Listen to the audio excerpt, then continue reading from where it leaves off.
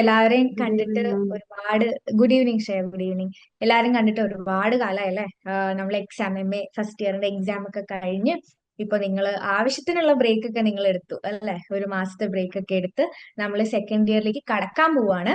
അപ്പൊ സെക്കൻഡ് ഇയറിൽ നിങ്ങൾക്ക് ഒരുപാട് ക്വസ്റ്റ്യൻസ് മനസ്സിലുണ്ടാവും. ഇന്റേൺഷിപ്പ് എങ്ങനെയാണ് ചെയ്യേണ്ടത്, പ്രാക്ടിക്കൽസ് എപ്പോഴാണ് ഫസ്റ്റ് ഇയറിന്റെയും സെക്കൻഡ് ഇയറിന്റെയും, അസൈൻമെന്റ്സ് ഇപ്പോൾ ഓൾറെഡി എല്ലാവരും ക്ലിയർ ആയിട്ടുണ്ടാവും. ഫസ്റ്റ് ഇയർ ഒരു പ്രാവശ്യം നമ്മൾ എഴുതി കഴിഞ്ഞാൽ അസൈൻമെന്റ്സ് എല്ലാം ഓക്കെ ആയിരിക്കും. പിന്നെ കൗൺസിലിംഗ് എന്താണ്, ക്ലിനിക്കൽ സൈക്കോളജി എന്താണ്, രണ്ടും തമ്മിലുള്ള വ്യത്യാസം എന്താണ്, ഇത് എന്തെടുത്താലാണ് നമുക്ക് ജോബ് കിട്ടുക അല്ലെ. ഒരുപാട് നിങ്ങൾ സെക്കൻഡ് ഇയർ, അതായത് ഒരു പോസ്റ്റ് ഗ്രാജുവേറ്റ് സീനിയർ ലെവലിലേക്ക് നിങ്ങളായി അല്ലെ. സോ നമ്മൾ എല്ലാ ഡൗട്ട്സും ഇന്നത്തെ സെഷനിൽ ക്ലിയർ ചെയ്യാൻ വേണ്ടിയിട്ടാണ് നിങ്ങൾക്ക് പ്രത്യേകിച്ച് ഒരു സിലബസ് ഡീകോഡിംഗ് സെഷൻ നമ്മളിന്ന് ഒരുക്കിയിരിക്കുന്നത്. അപ്പൊ നമുക്ക് ആദ്യം സിലബസ് എന്താന്ന് പറയാം, എന്നിട്ട് ഞാൻ ബാക്കിയുള്ള ഇന്റേൺഷിപ്പ് അസൈൻമെന്റ്സ് കാര്യങ്ങളിലേക്ക് കടക്കാം. ഓക്കെ. സോ നിങ്ങളുടെ കൗൺസിലിംഗ് സൈക്കോളജി ആയാലും ക്ലിനിക്കൽ സൈക്കോളജി ആയാലും എന്താണ് ഓരോ സബ്ജക്റ്റിലും അണ്ടറിൽ വരുന്നത് പഠിക്കാനായിട്ട് എന്നുള്ളത് നമുക്ക് ആദ്യം നോക്കാം. എന്നിട്ട് നമുക്ക് ബാക്കി ഡൗട്ട് ക്ലിയറൻസിലേക്ക് കടക്കാം. ഓക്കെ. സോ സിലബസ് നിങ്ങൾക്ക് ഡീറ്റെയിൽ ആയിട്ട് പറയാനായിട്ട് ഹന മാമിനെ ഞാൻ ഇൻവൈറ്റ് ചെയ്യാണ്. ഹന മാം, ഓവർ ടു യു. വൈഷ്ണവി മാം, എന്താണ് ഇപ്പോൾ നമ്മൾ ഈ ഒരു സെഷന്റെ ഒരു ആഹ്, എന്തായിരിക്കും ഈ സെഷന്റെ ഒരു ഉൾഭാഗം എന്നുള്ളത് പറഞ്ഞിട്ടുണ്ട്. അപ്പോ നമുക്കൊരു ഇൻട്രൊഡക്ഷൻ വേണ്ടി വരില്ല. ഞാൻ സ്ക്രീൻ ഷെയർ ചെയ്യട്ടെ ഒന്ന്. നമ്മള് സിലബസ് ഡീകോഡിംഗ് ആണ്. നമ്മളുടെ ഒരു സിലബസ് എങ്ങനെയാണ് സെക്കൻഡ് ഇയർ, നിങ്ങൾ ഫസ്റ്റ് ഇയർ ഓറിയന്റേഷൻ ഒക്കെ കഴിഞ്ഞ ആൾക്കാരാണ്. അപ്പൊ ഫസ്റ്റ് ഇയറിൽ നമുക്ക് ഇങ്ങനെ ഒരു സെഷൻ ഉണ്ടായിരുന്നു, ഒരുപാട് സെഷൻസ് ഉണ്ടായിരുന്നു. അതിന്റെ ഇടയിൽ നമുക്ക് എന്തായിരുന്നു നമ്മളെ സിലബസ്, എന്തൊക്കെയാണ് നമ്മൾ പഠിക്കാനുള്ള സബ്ജക്ട്സ്, ഇതൊക്കെ കാര്യങ്ങൾ നമ്മൾ ഫസ്റ്റ് ഇയറിൽ പറഞ്ഞിട്ടുണ്ടായിരുന്നു. അതുപോലെ തന്നെ നമുക്ക് സെക്കൻഡ് ഇയറിലേക്ക് നിങ്ങളിപ്പോൾ ജോയിൻ ചെയ്തിരിക്കുകയാണ്. അപ്പൊ ഫസ്റ്റ് ഇയർ നമ്മൾ കംപ്ലീറ്റ് ചെയ്തിട്ടുണ്ട്. നമ്മൾ സെക്കൻഡ് ഇയറിലേക്ക് ജോയിൻ ചെയ്തിരിക്കുകയാണ് സക്സസ്ഫുള്ളി. ഇനി നമ്മൾ ഇനി അടുത്ത കുറേയധികം ലൈവുകളിലൂടെയും പരിപാടികളിലൂടെ ഒക്കെ കാണേണ്ടവരാണ്. അപ്പോൾ അത് നല്ലൊരു തുടക്കമാവട്ടെ. എന്തായാലും നമ്മളുടെ സിലബസിനെ പറ്റി നിങ്ങൾ വളരെയധികം ക്യൂരിയസ് ആയിരിക്കും. വൈഷ്ണവി മാം പറഞ്ഞതുപോലെ തന്നെ എന്തൊക്കെയാണ് നിങ്ങൾ കുറേയധികം പ്രാക്ടിക്കൽസ് എന്നുള്ള രീതിയിൽ, ഒരു അപ്ലിക്കേഷൻ എന്നുള്ള രീതിയിൽ സെക്കൻഡ് ഇയറിൽ കുറെ കാര്യങ്ങൾ വരുന്നുണ്ട്. അതുകൊണ്ട് തന്നെ അതൊക്കെ എങ്ങനെയായിരിക്കും, എന്തൊക്കെയാണ് അതിൽ ചെയ്യേണ്ടി വരിക എന്നുള്ളതൊക്കെ ഒരുപാട് കൺഫ്യൂഷൻസും കാര്യങ്ങളൊക്കെ എക്സൈറ്റ്മെന്റും ഒക്കെ നിങ്ങൾക്ക് ഉണ്ടാവും. സോ നമുക്ക് അങ്ങനെയുള്ള കാര്യങ്ങളൊക്കെ ഒന്ന് ഡിസ്കസ് ചെയ്യാം. കൂട്ടത്തിൽ നമ്മളുടെ സബ്ജക്ട് സിലബസിനെ പറ്റി നമുക്ക് അറിയാം. ഓക്കെ. അപ്പൊ ഇതൊക്കെയാണ് നമ്മൾ ഈ ഒരു സെഷനിൽ പറയാൻ വേണ്ടി പോകുന്നത്, സിലബസിനെ പറ്റി അല്ലെ. സിലബസ് എന്തൊക്കെയാണ് നമുക്ക് പഠിക്കാനുള്ളത്. സോ ആദ്യം നമ്മൾ ഗ്രൂപ്പ് എ, രണ്ടും എടുത്ത ആൾക്കാരുണ്ട് ഇവിടെ, ഗ്രൂപ്പ് എയും ഗ്രൂപ്പ് ബിയും. സോ രണ്ടും നമ്മൾ ഡിസ്കസ് ചെയ്യുന്നുണ്ടാകാം. ആദ്യം തന്നെ ഗ്രൂപ്പ് എ, ക്ലിനിക്കൽ സൈക്കോളജി എന്ന് പറയുന്ന ഗ്രൂപ്പ് എ എടുത്ത ആൾക്കാരാണ്.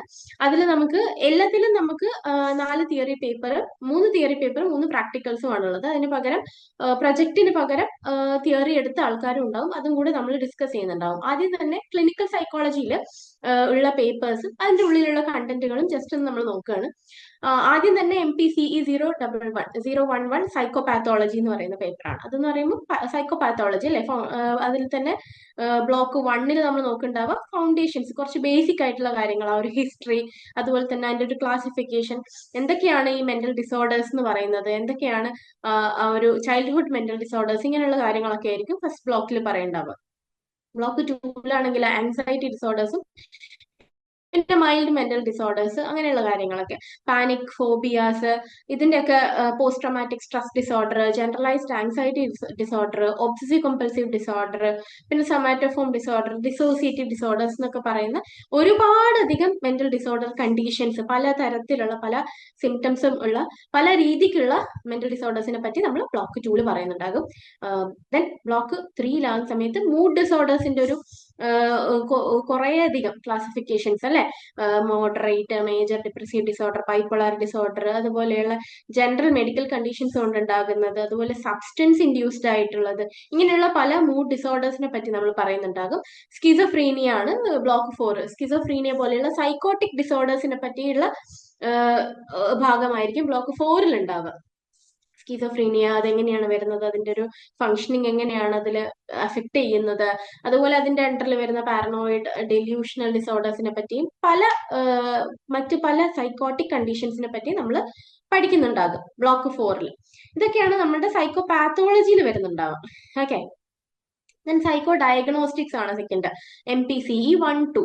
സൈക്കോ ഡയഗ്നോസ്റ്റിക്സ് എന്ന് പറയുമ്പോൾ നമ്മൾ എന്താ പറയാ, ഒരു അസസ്മെന്റ് വഴി, ആ ഒരു ക്ലിനിക്കൽ ഇന്റർവ്യൂ വഴി നമ്മൾ ഡയഗ്നോസിസിൽ എത്തുകയാണ്. അപ്പോൾ അതിൽ നമ്മൾ എന്താണ് ഒരു സൈക്കോ ഡയഗ്നോസ്റ്റിക്സ് എന്ന് പറഞ്ഞു കഴിഞ്ഞാൽ ഡെഫിനിഷൻ എന്താണ്, ആ ഒരു കൺസെപ്റ്റ് എന്താണ്, പിന്നെ അതിന്റെ ഉള്ളിൽ വരുന്ന ക്രൈറ്റീരിയാസ് എന്തൊക്കെയാണ്, ഓക്കെ, ബിഹേവിയറൽ അസസ്മെന്റുകൾ ഏതൊക്കെ നമ്മൾ ചെയ്യേണ്ടി വരുന്നുണ്ട്, ക്ലിനിക്കൽ സൈക്കോളജിന്റെ അസസ്മെന്റ് എന്തൊക്കെയാണ്, പിന്നെ എത്തിക്കൽ ഇഷ്യൂസ് എന്തൊക്കെയാണ്, നമ്മൾ ഒരു അസസ്മെന്റ് ചെയ്യും, ഒരു ടെസ്റ്റുകൾ ചെയ്യുന്ന സമയത്ത് അവിടെ ശ്രദ്ധിക്കേണ്ട കാര്യങ്ങൾ എന്തൊക്കെയാണ്, ഇങ്ങനെയുള്ള കാര്യങ്ങളൊക്കെ ആയിരിക്കും നമ്മൾ സൈക്കോ ഡയഗ്നോസ്റ്റിക്സ് എന്ന് പറയുന്ന പേപ്പറിൽ നോക്കുന്നുണ്ടാവുക.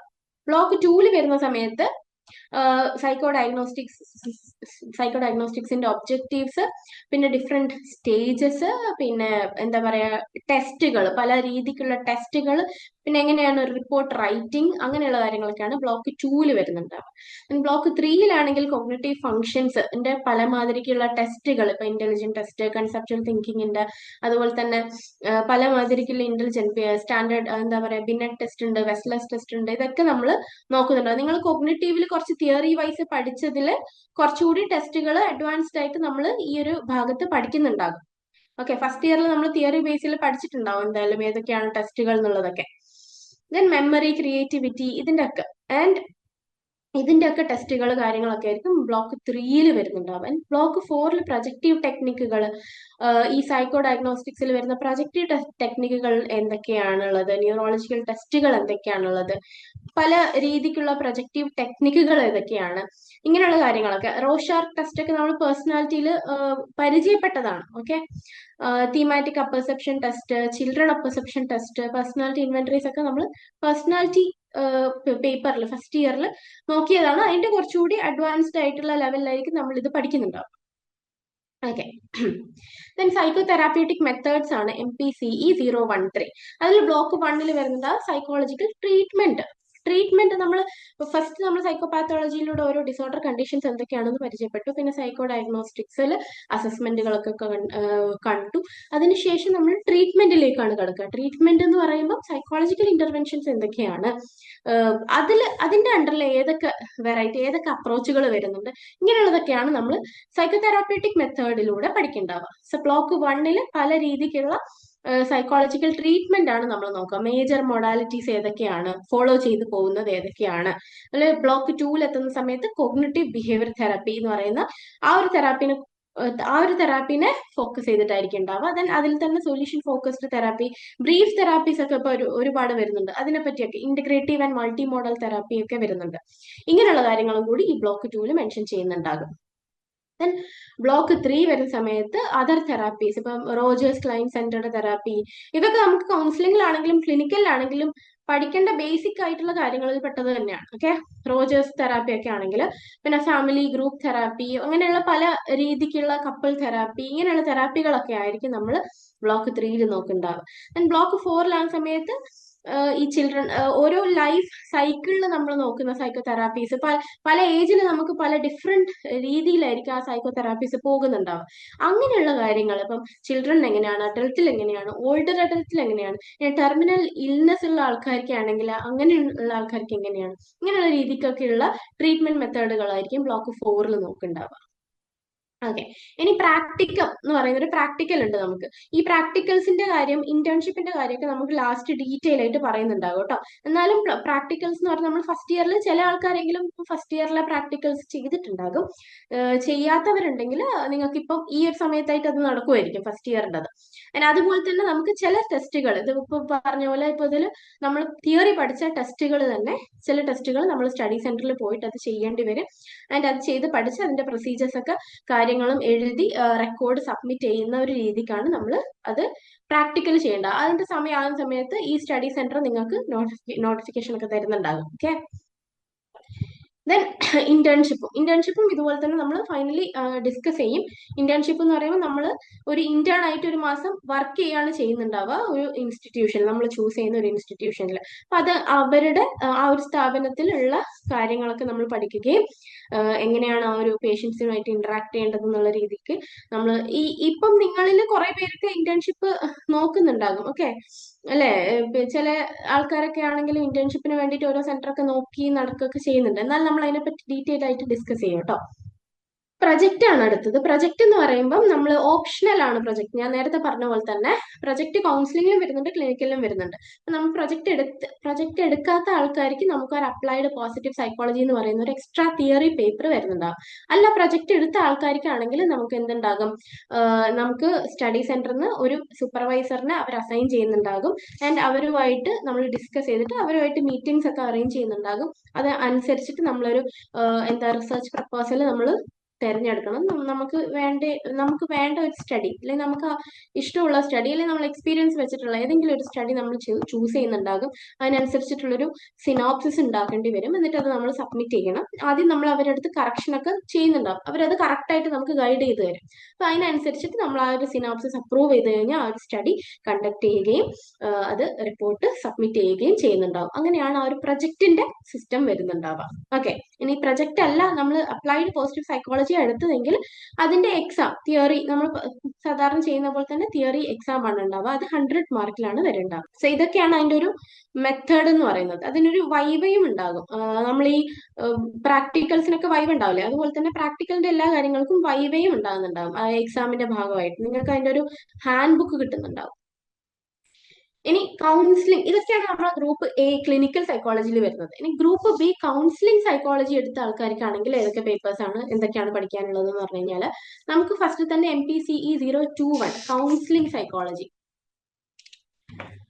എന്ന് പറയുന്ന പേപ്പറാണ് വരുന്നത്. ഓക്കെ, അതിൽ ബ്ലോക്ക് 1-ലാണെങ്കിൽ ഇൻട്രൊഡക്ഷൻ, ഒരു കൗൺസിലിംഗിന്റെ ഒരു ഇൻട്രൊഡക്ഷൻ ആയിരിക്കും. അതിന്റെ ഒരു ക്യാരക്ടറിസ്റ്റിക്സ് എന്താണ്, അതിന്റെ ഒരു ഡെഫിനിഷൻ എന്താണ്, ആ ഒരു പ്രോസസ്സ് എങ്ങനെയാണ്, എന്തൊക്കെ തിയററ്റിക്കൽ അപ്രോച്ചസ് ഉണ്ട്, എന്തൊക്കെ പ്രശ്നങ്ങൾ ഉണ്ടാകുന്ന, നമ്മൾ സൂക്ഷിക്കേണ്ട കാര്യങ്ങളുണ്ട്, ഇങ്ങനെയുള്ള എത്തിക്സ് എന്തൊക്കെയാണ്, കൗൺസിലിംഗിന്റെ ഒരു എത്തിക്സ് എന്തൊക്കെയാണ്, ഇങ്ങനെയുള്ള കാര്യങ്ങളൊക്കെ നമ്മൾ ബ്ലോക്ക് 1-ൽ നോക്കുന്നുണ്ടാകും. ദെൻ ബ്ലോക്ക് 2-ലാണെങ്കിലോ പല പല അപ്രോച്ചസുകൾ അല്ലെ, നമ്മൾ തിയറി ബേസിൽ പഠിക്കുന്ന പല അപ്രോച്ചസുകളും എങ്ങനെ കൗൺസിലിംഗിലേക്ക് അപ്ലിക്കബിൾ ആക്കുന്നു എന്നുള്ള രീതിയിൽ നമ്മൾ സൈക്കോ അനാലിസിസ് ആണെങ്കിലും ബിഹേവിയറൽ തെറാപ്പി ആണെങ്കിലും കോഗ്നിറ്റീവ് ബിഹേവിയറൽ ആണെങ്കിലും ഡ്രാമ ആർട്ട് തെറാപ്പി, അതുപോലെ മറ്റ് പല പേഴ്സൺ സെന്റേർഡ് സൊല്യൂഷൻ ഫോക്കസ്ഡ് പോലെയുള്ള തെറാപ്പീസ്, ഇങ്ങനെയൊക്കെ ഈ മോഡൽസ് ഒക്കെ കൗൺസിലിംഗിന്റെ ഭാഗമായിട്ട് എങ്ങനെ അപ്ലിക്കബിൾ ആകുന്നുണ്ട് എന്നുള്ള രീതിയിലായിരിക്കും ബ്ലോക്ക് 2 നമ്മൾ നോക്കുന്നുണ്ടാവും. ബ്ലോക്ക് 3 ആണെങ്കിലോ ടൈപ്സ് ഓഫ് കൗൺസിലിംഗ്, പല ടൈപ്പ് ഓഫ് കൗൺസിലിംഗ്, ഇപ്പൊ സ്പെഷ്യലൈസേഷൻ ഉണ്ടല്ലേ അതിന് ഓരോന്നൊക്കെ. അപ്പൊ അതിൽ HIV AIDS കൗൺസിലിംഗ്, അതുപോലെ educational vocational counselling, child rights, ഇപ്പം ചൈൽഡ് കെയർ ഒക്കെ ഉണ്ടല്ലോ, ഈ ചൈൽഡ് പ്രൊട്ടക്ഷൻ അതിൻ്റെത്, അതുപോലെ അഡിക്ഷൻ ആങ്സൈറ്റി കൗൺസിലിംഗ്, ഇതൊക്കെ വേറെ വേറെയാണ്. അപ്പൊ ഇതിനൊക്കെ എങ്ങനെയാണെന്നുള്ള ഒരു തിയററ്റിക്കൽ ബേസിസ് നമ്മൾ പഠിക്കേണ്ടാവും. ദെൻ ബ്ലോക്ക് 4-ൽ വരുന്ന സമയത്ത് മെന്റൽ ഡിസോർഡേഴ്സ് കൗൺസിലിംഗ്, മെന്റൽ ഡിസോർഡേഴ്സിനേക്കുള്ള കൗൺസിലിംഗ്, ഇപ്പൊ ഡിപ്രഷൻ ആണെങ്കിലും പേഴ്സണാലിറ്റി ഡിസോർഡേഴ്സ്, അതുപോലെ gender identity disorder, eating disorder, ഇങ്ങനെയുള്ള കാര്യങ്ങൾക്കൊക്കെ കൊടുക്കുന്ന കൗൺസിലിങ്ങിനെ പറ്റിയും നമ്മൾ ബ്ലോക്ക് 4-ൽ പഠിക്കുന്നുണ്ടാവും. ദെൻ ഇന്റർവെൻഷൻസ് ഇൻ കൗൺസിലിംഗ് എന്നാണ് നിങ്ങളുടെ അടുത്ത പേപ്പറിന്റെ പേര്, MPCE 023 ഇന്റർവെൻഷൻസ്. ഫസ്റ്റ് നമ്മൾ കൗൺസിലിംഗ് എന്താണെന്ന് കണ്ടു, അതിനുശേഷം നമ്മൾ ഇന്റർവെൻഷൻസ്, എന്തൊക്കെ ട്രീറ്റ്മെന്റ് മെത്തേഡ്സ് ആണ് കൗൺസിലിംഗിൽ നമ്മൾ ഉപയോഗിക്കുന്നത്.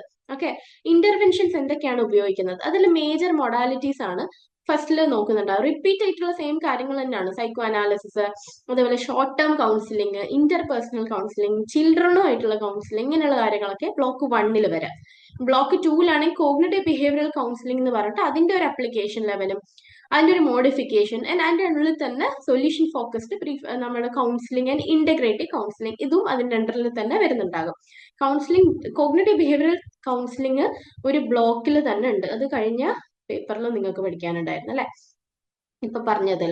അപ്പൊ ഈ എന്താ MPCE 023-യുടെ ബ്ലോക്ക് 3 എന്ന് പറയുന്നത് എന്താ, അതർ കൗൺസിലിംഗ് ഇന്റർവെൻഷൻസ്, പല റോജേഴ്സിന്റെ ക്ലൈന്റ് സെന്റേർഡ് കൗൺസിലിംഗ്, അതുപോലെ psycho dynamic couple counselling, family group counselling, എങ്ങനെ എക്ലക്റ്റിക് അപ്രോച്ച്, ഇങ്ങനെയുള്ള കാര്യങ്ങളൊക്കെയാണ് ബ്ലോക്ക് 3-ൽ വരുന്നത്. ഇനി ബ്ലോക്ക് 4-ലാണെങ്കിലോ ഫ്യൂച്ചർ ഡയറക്ഷൻസ്, ഈ ഇൻഫർമേഷൻ ടെക്നോളജി, അതായത് പുതിയ രീതിക്ക് എങ്ങനെയൊക്കെ നമുക്ക് കൗൺസിലിംഗ് കൊണ്ടുവരാം എന്നുള്ളത്, അങ്ങനെയുള്ള ഈ കൗൺസിലിംഗ് പോലെയുള്ള ഫ്യൂച്ചർ ഡയറക്ഷൻസ് ഒക്കെയാണ് ബ്ലോക്ക് 4-ൽ പറയേണ്ടാവുക. പിന്നെ കുറെ റിസർച്ച് ഫൈൻഡിങ്സും നമ്മൾ അതിൽ പഠിക്കുന്നുണ്ടാവും.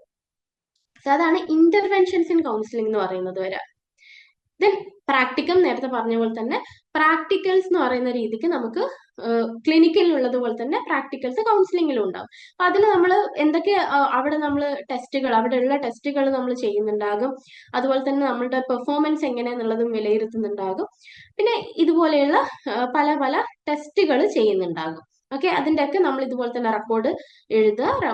ആ ഒരു പ്രൊസീജിയർ കാര്യങ്ങളൊക്കെ റെക്കോർഡ് എഴുതുന്നുണ്ടാകും. പിന്നെ സബ്മിറ്റ് ചെയ്യുന്ന സമയത്ത് നമുക്കൊരു വൈവ എക്സാമും ഉണ്ടാകും. ഇങ്ങനെയുള്ള കാര്യങ്ങൾ അതേപോലെ തന്നെ ആയിരിക്കും ഉണ്ടാകും. ഇതുപോലെ തന്നെ സ്റ്റഡി സെന്ററിലാണ് നമ്മളത് ചെയ്യേണ്ടത്. ഓക്കെ, ഇന്റേൺഷിപ്പും നേരത്തെ പറഞ്ഞതുപോലെ തന്നെ ഇപ്പം ക്ലിനിക്കൽ സൈക്കോളജി എടുത്ത ആൾക്കാർക്കാണെങ്കിൽ നമ്മളൊരു റീഹാബിലിറ്റേഷൻ സെന്റർ, ക്ലിനിക്ക് പോലെയുള്ള മെന്റൽ ഹോസ്പിറ്റൽസ് അങ്ങനെയുള്ള കാര്യങ്ങളൊക്കെ പോയിട്ട് ചെയ്യുന്ന സമയത്ത്, കൗൺസിലിംഗ് എടുത്ത ആൾക്കാർക്കാണെങ്കിൽ ഇപ്പം ഫോർ എക്സാമ്പിൾ ഇപ്പം കരിയർ കൗൺസിലിംഗ് അല്ലെങ്കിൽ സ്കൂൾ കൗൺസിലർ ഉള്ള രീതിയിൽ സ്കൂളിലൊക്കെ നമുക്ക് ചെയ്യാൻ പറ്റും. അപ്പൊ കുറച്ചുകൂടി കൗൺസിലിംഗ് എന്നുള്ള രീതിക്ക് നമുക്ക് പോകാൻ പറ്റും.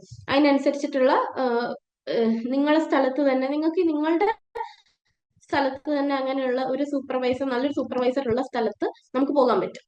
ഓക്കെ, എന്നിട്ട് അവിടെ നമ്മൾ നല്ല രീതിക്ക് അവിടുന്ന് കേസസ് ഒക്കെ എടുത്ത് നമുക്കൊരു 10 കേസസ് എടുക്കാനുണ്ടാകും. ആ ഒരു 10 കേസിന്റെ case history and MSc mental status examination എടുത്തിട്ട് പഠിച്ച് നമ്മളത് റെക്കോർഡാക്കി സബ്മിറ്റ് ചെയ്യാണ് ചെയ്യുന്നുണ്ടാവുക. ഓക്കെ, അതാണ് ഇന്റേൺഷിപ്പ് എന്ന് പറയുന്നത് ഉണ്ടാവുക. ദെൻ അതിനും ഒരു വൈവ ഉണ്ടാകും. വൈവ വോയിസ് എന്ന് പറയുന്ന വൈവ എക്സാം ഉണ്ടാകും. അതും നമ്മളുടെ മാർക്ക്, നിങ്ങളുടെ ആ ഒരു മാർക്ക് ഡിസ്ട്രിബ്യൂഷൻ നിങ്ങളുടെ ഹാൻഡ് ബുക്കിൽ കൊടുത്തിട്ടുണ്ടാകും. വൈവ ഇത്ര മാർക്ക്, നമ്മളെ കേസസ് റെക്കോർഡിന് ഇത്ര മാർക്ക് എന്നുള്ള രീതിയിൽ.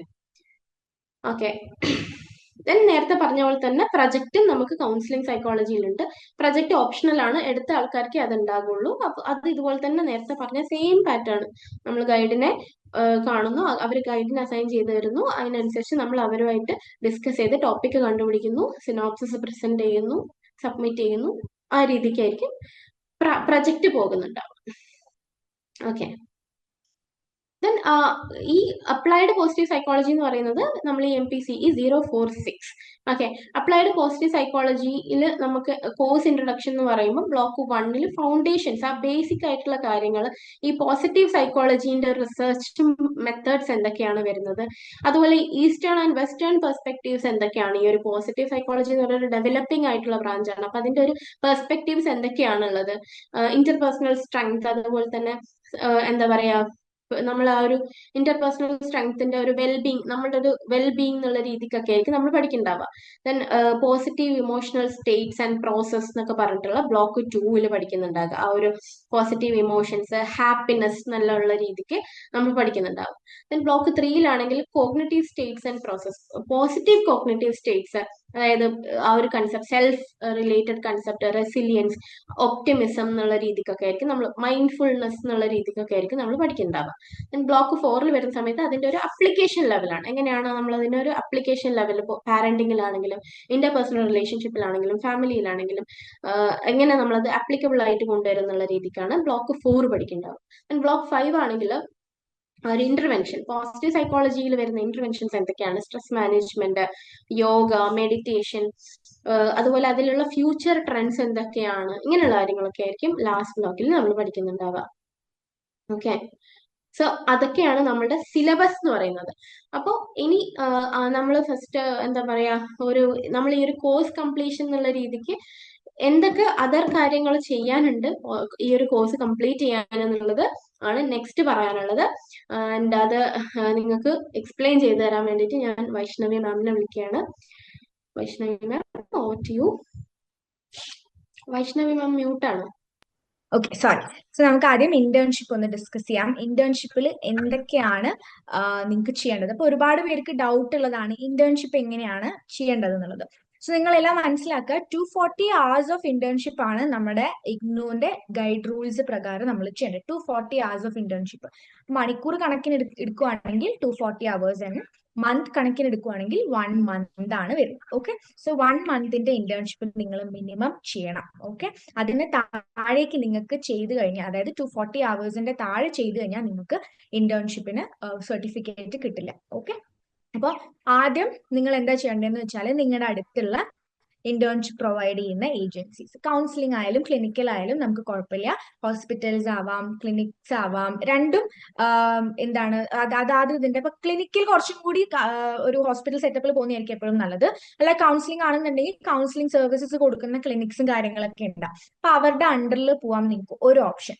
രണ്ടാമത്തെ ഓപ്ഷൻ ഉള്ളത് എന്താന്ന് വെച്ചാൽ നിങ്ങൾക്ക് സ്റ്റഡി സെന്റർ തന്നെ പ്രൊവൈഡ് ചെയ്യുന്ന ഇന്റേൺഷിപ്പിന്റെ ഒരു ലിസ്റ്റ് ഉണ്ടാകും ഏജൻസീസിന്റെ. ഓക്കെ, ഇപ്പോ ചില സ്റ്റഡി സെന്ററിലെ ഗൈഡുകൾ അവരുടെ ക്ലിനിക്സ് സ്വന്തമായിട്ട് തുടങ്ങിയിട്ടുണ്ട്. അപ്പൊ അവിടെ നിങ്ങൾക്ക് ഇന്റേൺഷിപ്പ് ചെയ്യാൻ പറ്റും. ഓക്കെ, ലൈക്ക് സാന്ത്വനം, പിന്നെ കലൂരിൽ തന്നെ ജയചന്ദ്രൻ സാർ നടത്തുന്ന ഒരു ഇന്റേൺഷിപ്പിന്റെ ഒരു ക്ലിനിക് ഉണ്ട്. അതുപോലെ എനിക്ക് തോന്നുന്നു ഇത് രണ്ടുമാണ് ഫേമസ്, ഏറ്റവും ഫേമസ് സാന്ത്വനം എന്ന് പറഞ്ഞിട്ടുള്ള ഒന്നും, പിന്നെ വേറൊരു ജയചന്ദ്രൻ സാറിന്റെ ഒരു ഇന്റേൺഷിപ്പിന്റെ പ്രോഗ്രാമും നടക്കുന്നുണ്ട്. ഓക്കെ, സോ നിങ്ങൾക്ക് അതിൽ വേണമെങ്കിൽ എൻറോൾ ചെയ്യാം. ഇല്ല നിങ്ങൾക്ക് പ്രോപ്പർ ആയിട്ട് എക്സ്പോഷർ കിട്ടണം എന്നുണ്ടെങ്കിൽ നിങ്ങൾ ഏറ്റവും നല്ലത് ഒരു ഹോസ്പിറ്റൽ സെറ്റപ്പിലോ അല്ലെങ്കിൽ ഒരു ക്ലിനിക്കൽ സെറ്റപ്പിലോ പോയിട്ട് ചെയ്യുന്നതാണ്. ഓക്കെ, സോ ഇതിന് ആദ്യം നിങ്ങളുടെ സ്റ്റഡി സെന്റർ ഒരു ഓറിയന്റേഷൻ തരും. അസൈൻമെന്റ് നിങ്ങൾക്ക് ഫസ്റ്റ് ഇയർ ഒരു ഓറിയന്റേഷൻ കിട്ടിയ പോലെ തന്നെ നിങ്ങൾക്ക് സെക്കൻഡ് ഇയർ നിങ്ങളുടെ സ്റ്റഡി സെന്റർ ഓറിയന്റേഷൻ തരും. ഓക്കെ, അപ്പൊ അത് എപ്പോഴും നിങ്ങൾ നോക്കുക,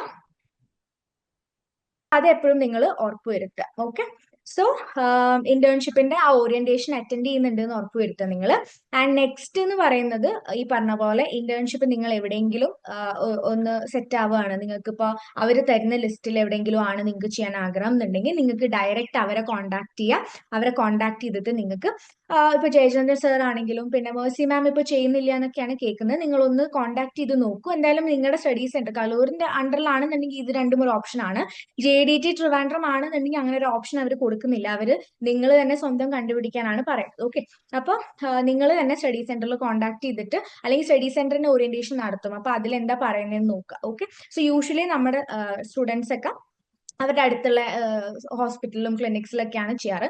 അപ്പൊ അവര് തന്ന ലിസ്റ്റിൽ ഇല്ലാത്ത ഇന്റേൺഷിപ്പ് ഏജൻസിയിലാണ് നിങ്ങൾ ചെയ്യുന്നതെന്നുണ്ടെങ്കിൽ ഓൾവേസ് നിങ്ങൾ സ്റ്റഡി സെന്ററിന്റെ പെർമിഷൻ ലെറ്റർ കയ്യിൽ കരുതണം. ഓക്കെ, അതായത് സ്റ്റഡി സെന്ററിൽ പോയിട്ട് നിങ്ങൾക്ക് അറിയോന്ന് അറിയില്ല, ഓരോ സ്റ്റുഡന്റിനും ഒരു അക്കാഡമിക് കൗൺസിലറിനെ സ്റ്റഡി സെന്റർ നിയമിക്കുന്നുണ്ടാവും. നമ്മൾ ആ അക്കാഡമിക് കൗൺസിലറെ കോൺടാക്ട് ചെയ്യൊന്നുമില്ല. പക്ഷെ നിങ്ങൾ സ്റ്റഡി സെന്ററിൽ പോയിട്ട് എന്റെ അക്കാഡമിക് കൗൺസിലർ ആരാന്ന് ചോദിച്ചു കഴിഞ്ഞാൽ നിങ്ങളുടെ അക്കാഡമിക് കൗൺസിലറെ നിങ്ങൾക്ക് കാണാൻ പറ്റും. ഓക്കെ, സോ അക്കാഡമിക് കൗൺസിലറിന്റെ പെർമിഷൻ ലെറ്റർ വേണം. അതായത് ഞാൻ ഇന്ന സ്ഥലത്താണ് ഇന്റേൺഷിപ്പ് ചെയ്യുന്നത്, അത് സ്റ്റഡി സെന്ററിന് ഓക്കെ ആണ്, അല്ലെങ്കിൽ ഇഗ്നോന്റെ ഭാഗത്തുനിന്ന് കുഴപ്പമില്ല, പെർമിഷൻ ഉണ്ട് എനിക്ക് ഇന്റേൺഷിപ്പ് ചെയ്യാനായിട്ട് എന്നുള്ളതിന്റെ ഒരു പെർമിഷൻ ലെറ്റർ നിങ്ങൾ അക്കാഡമിക് കൗൺസിലറിനെ കൊണ്ട് ഒപ്പിടിപ്പിക്കുക. ഇൻ കേസ് നിങ്ങൾക്ക് അക്കാഡമിക് കൗൺസിലർ അവിടെ ഇല്ല എന്ന് വന്നിട്ടില്ല എന്നുണ്ടെങ്കിൽ ഏതെങ്കിലും ഒരു കൗൺസിലർ, ഏതെങ്കിലും ഒരു അക്കാഡമിക് കൗൺസിലറിനെ കൊണ്ട് നിങ്ങൾക്ക് ഒപ്പിടിവിക്കാവുന്നതാണ്. ഓക്കെ, എന്നിട്ട് അത് നിങ്ങൾ നിങ്ങളുടെ ഏജൻസിയിൽ ഹോസ്പിറ്റൽ ആണെങ്കിലും ക്ലിനിക്കൽ സെറ്റപ്പിലാണെങ്കിലും നിങ്ങൾ എന്താണ് അവിടെ കൊണ്ടേ കൊടുക്കുക. അവരെടുത്ത് മേക്ക് ഷുവർ ചെയ്യുക 240 അവേഴ്സിന്റെ ഇന്റേൺഷിപ്പ് ആണെന്ന് മേക്ക് ഷുവർ ചെയ്യുക. ആൻഡ് അവരെടുത്ത് സർട്ടിഫിക്കറ്റ് പ്രൊവൈഡ് ചെയ്യും. ഇതൊക്കെ നിങ്ങൾ ചോദിക്കണം, കാരണം അവർ തരുന്ന സർട്ടിഫിക്കറ്റ് ആണ് നമ്മുടെ വാല്യുവേഷൻ ബേസ്. ആ ബേസിസിലാണ് നമ്മളെ വാല്യുവേറ്റ് ചെയ്യുന്നത്. ഓക്കെ, ആൻഡ് നിങ്ങൾ 240 അവേഴ്സിന്റെ അതായത് 1 മന്തിന്റെ ഇന്റേൺഷിപ്പ്, ഓരോ ഹോസ്പിറ്റലിനും ഓരോ രീതിയിലായിരിക്കും ഇന്റേൺഷിപ്പ് നടത്തുക.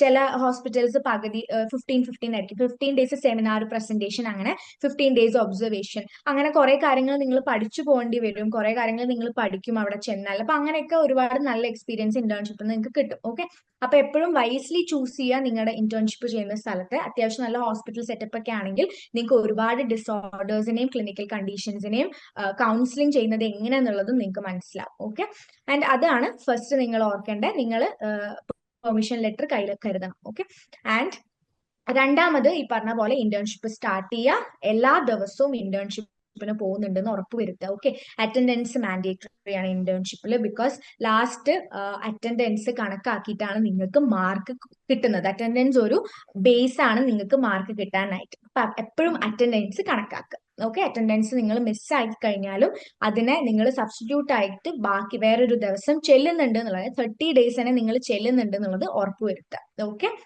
പിന്നെ നിങ്ങൾ ശ്രദ്ധിക്കേണ്ട കാര്യം ഇന്റേൺഷിപ്പിന് 10, ഇപ്പൊ ഹന മാം പറഞ്ഞ പോലെ തന്നെ 10 കേസ് റിപ്പോർട്ട്സ് ആണ് നമ്മൾ സബ്മിറ്റ് ചെയ്യേണ്ടത്. അത് ഒന്നോ രണ്ടോ നിങ്ങളുടെ ഏജൻസീസ് നിങ്ങൾക്ക് തരും. ഓക്കെ, പക്ഷെ എപ്പോഴും അവര് തരുന്ന ഫോർമാറ്റ് ആയിരിക്കില്ല നിങ്ങളുടെ സ്റ്റഡി സെന്റർ പറയുന്ന ഫോർമാറ്റ്. അപ്പൊ എപ്പോഴും നിങ്ങളുടെ കൗൺസിലറിന്റെ അടുത്ത് ഒരു ഫോർമാറ്റ് ചോദിക്കുക. അതായത് ഓരോ സ്റ്റഡി സെന്റേഴ്സിനും ഓരോ ഫോർമാറ്റ് ആയിരിക്കും. JDTക്ക് ഒരു ഫോർമാറ്റ് ആണ്, കലൂറിന് ഒരു ഫോർമാറ്റ് ആണ്, ട്രിവാൻഡ്രത്തിന് വേറെ ഫോർമാറ്റ് ആണ്. അപ്പൊ എപ്പോഴും നിങ്ങൾ നിങ്ങളുടെ സ്റ്റഡി സെന്ററുമായിട്ട് കോൺടാക്റ്റിൽ ഇരിക്കുക, അവരെടുത്ത് ഫോർമാറ്റ് ചോദിക്കുക. ഓക്കെ, ഇത് ഏത് ഫോർമാറ്റിലാണ് ഇതിന്റെ. കലൂരൊക്കെ ആണെങ്കിൽ ഭയങ്കരമായിട്ട് ഹെൽപ്പ് ചെയ്യും സ്റ്റുഡൻസിനെ. പഴയ ഏതെങ്കിലും ഒരു സ്റ്റുഡൻസിന്റെ ഇന്റേൺഷിപ്പിന്റെ ഒരു കേസ് സ്റ്റഡി തന്നിട്ട് നിങ്ങളടുത്ത് ഈ ഒരു ഓർഡറിലാണ് എഴുതേണ്ടത് എന്നൊക്കെ പറഞ്ഞ് നിങ്ങളെ ഹെൽപ്പ് ചെയ്യാറുണ്ട്. JDT ആണെങ്കിലും കുറച്ച് ഹെൽപ്പ് ചെയ്യാറുണ്ട്. ട്രിവാൻഡ്രത്തിന് അങ്ങനെ ഫോർമാറ്റിന്റെ കാര്യങ്ങളൊന്നും ഇതുവരെ അവർ പറഞ്ഞിട്ടില്ല. പക്ഷെ സ്റ്റിൽ നിങ്ങൾ കോൺടാക്റ്റിൽ വെക്കുക. എന്നിട്ട് സ്റ്റുഡൻസിന്റെ അടുത്ത് നിങ്ങളുടെ അക്കാഡമിക് കൗൺസിലേഴ്സിന്റെ അടുത്ത് ഏത് ഫോർമാറ്റ് ആണെന്നുള്ളത് ചോദിച്ച് വെക്കുക കേട്ടോ. എന്നിട്ട് ആ ഫോർമാറ്റിൽ നിങ്ങൾ 10 കേസ് ഹിസ്റ്ററിയും എഴുതണം. ഓക്കെ, 10 കേസ് ഹിസ്റ്ററി എഴുതുന്ന സമയത്ത് എന്താണ്, 10 കണ്ടീഷൻസിലായിരിക്കണം. അതായത് 10 ഡിസോർഡേഴ്സ് അല്ലെങ്കിൽ 10 കൗൺസിലിംഗ് ആണെങ്കിൽ 10 കൗൺസിലിംഗ് സർവീസസ് ബേസ് ചെയ്തിട്ട് 10 കണ്ടീഷൻസ് ആയിട്ടുള്ള കാര്യങ്ങളായിരിക്കും നിങ്ങൾ എഴുതേണ്ടത്. ഒരേ കണ്ടീഷൻ, അതായത് സ്കിസോഫ്രീനിയനെ 4 എഴുതി വെക്കാൻ പറ്റില്ല നിങ്ങൾക്ക്. ഓക്കെ, അപ്പോൾ 10 കണ്ടീഷൻസ് ആയിട്ടുള്ള കേസ് ഹിസ്റ്ററി ആയിരിക്കണം നിങ്ങൾ എഴുതുന്നത്. ഓക്കെ, ഇനി കേസ് ഹിസ്റ്ററി എഴുതി കഴിഞ്ഞു, നിങ്ങളുടെ ഇന്റേൺഷിപ്പും കഴിഞ്ഞു, ഹോസ്പിറ്റൽസിന്റെയും എല്ലാ ഇന്റേൺഷിപ്പും നിങ്ങളുടെ 30 ദിവസത്തെ ഇന്റേൺഷിപ്പ് കഴിഞ്ഞു എന്നുണ്ടെങ്കിൽ നിങ്ങൾ ലാസ്റ്റ് ഡേ നിങ്ങൾ ഹോസ്പിറ്റലിൽ പോയിട്ട് നിങ്ങൾ എന്ത് ചെയ്യണം, നിങ്ങൾ അവിടെ ഒരു സൂപ്പർവൈസർ ഉണ്ടാവുമല്ലോ, അത് മേ ബി ഒരു സൈക്കാട്രിസ്റ്റ് ആയിരിക്കാം, അല്ലെങ്കിൽ ഒരു ക്ലിനിക്കൽ സൈക്കോളജിസ്റ്റ് ആയിരിക്കാം, അല്ലെങ്കിൽ ഒരു കൗൺസിലിംഗ് സൈക്കോളജിസ്റ്റ് ആയിരിക്കാം. ഇതിൽ ആരെങ്കിലും ഒരാളായിരിക്കാം നിങ്ങളെ സൂപ്പർവൈസ് ചെയ്യുന്നുണ്ടാവുക, നിങ്ങൾക്ക് കാര്യങ്ങൾ പറഞ്ഞു തരുന്നുണ്ടാവുക. ഓക്കെ, അവരെടുത്ത് പറയാ എന്റെ ഇന്റേൺഷിപ്പ് കഴിഞ്ഞു, എനിക്ക് സർട്ടിഫിക്കറ്റ്, അതായത് നമ്മുടെ ഒരു വാല്യുവേഷൻ ഉണ്ടല്ലോ, നമ്മൾ എങ്ങനെയായിരുന്നു ഇന്റേൺഷിപ്പിന് ഈ 30 ദിവസം, അത് അവരൊരു ലെറ്ററിലാക്കിയിട്ട് തരും. നമ്മുടെ അറ്റൻഡൻസ് പിന്നെ അതുപോലത്തെ ഒരു സീൽഡ് എൻവലപ്പിലാക്കിയിട്ട് നമ്മുടെ ഒരു ഓവറോൾ പെർഫോമൻസ് അവരൊരു ലെറ്റർ ആക്കിയിട്ട് സീൽ ചെയ്തിട്ട് മാർക്ക് അതിൽ ഇടണം അവർ.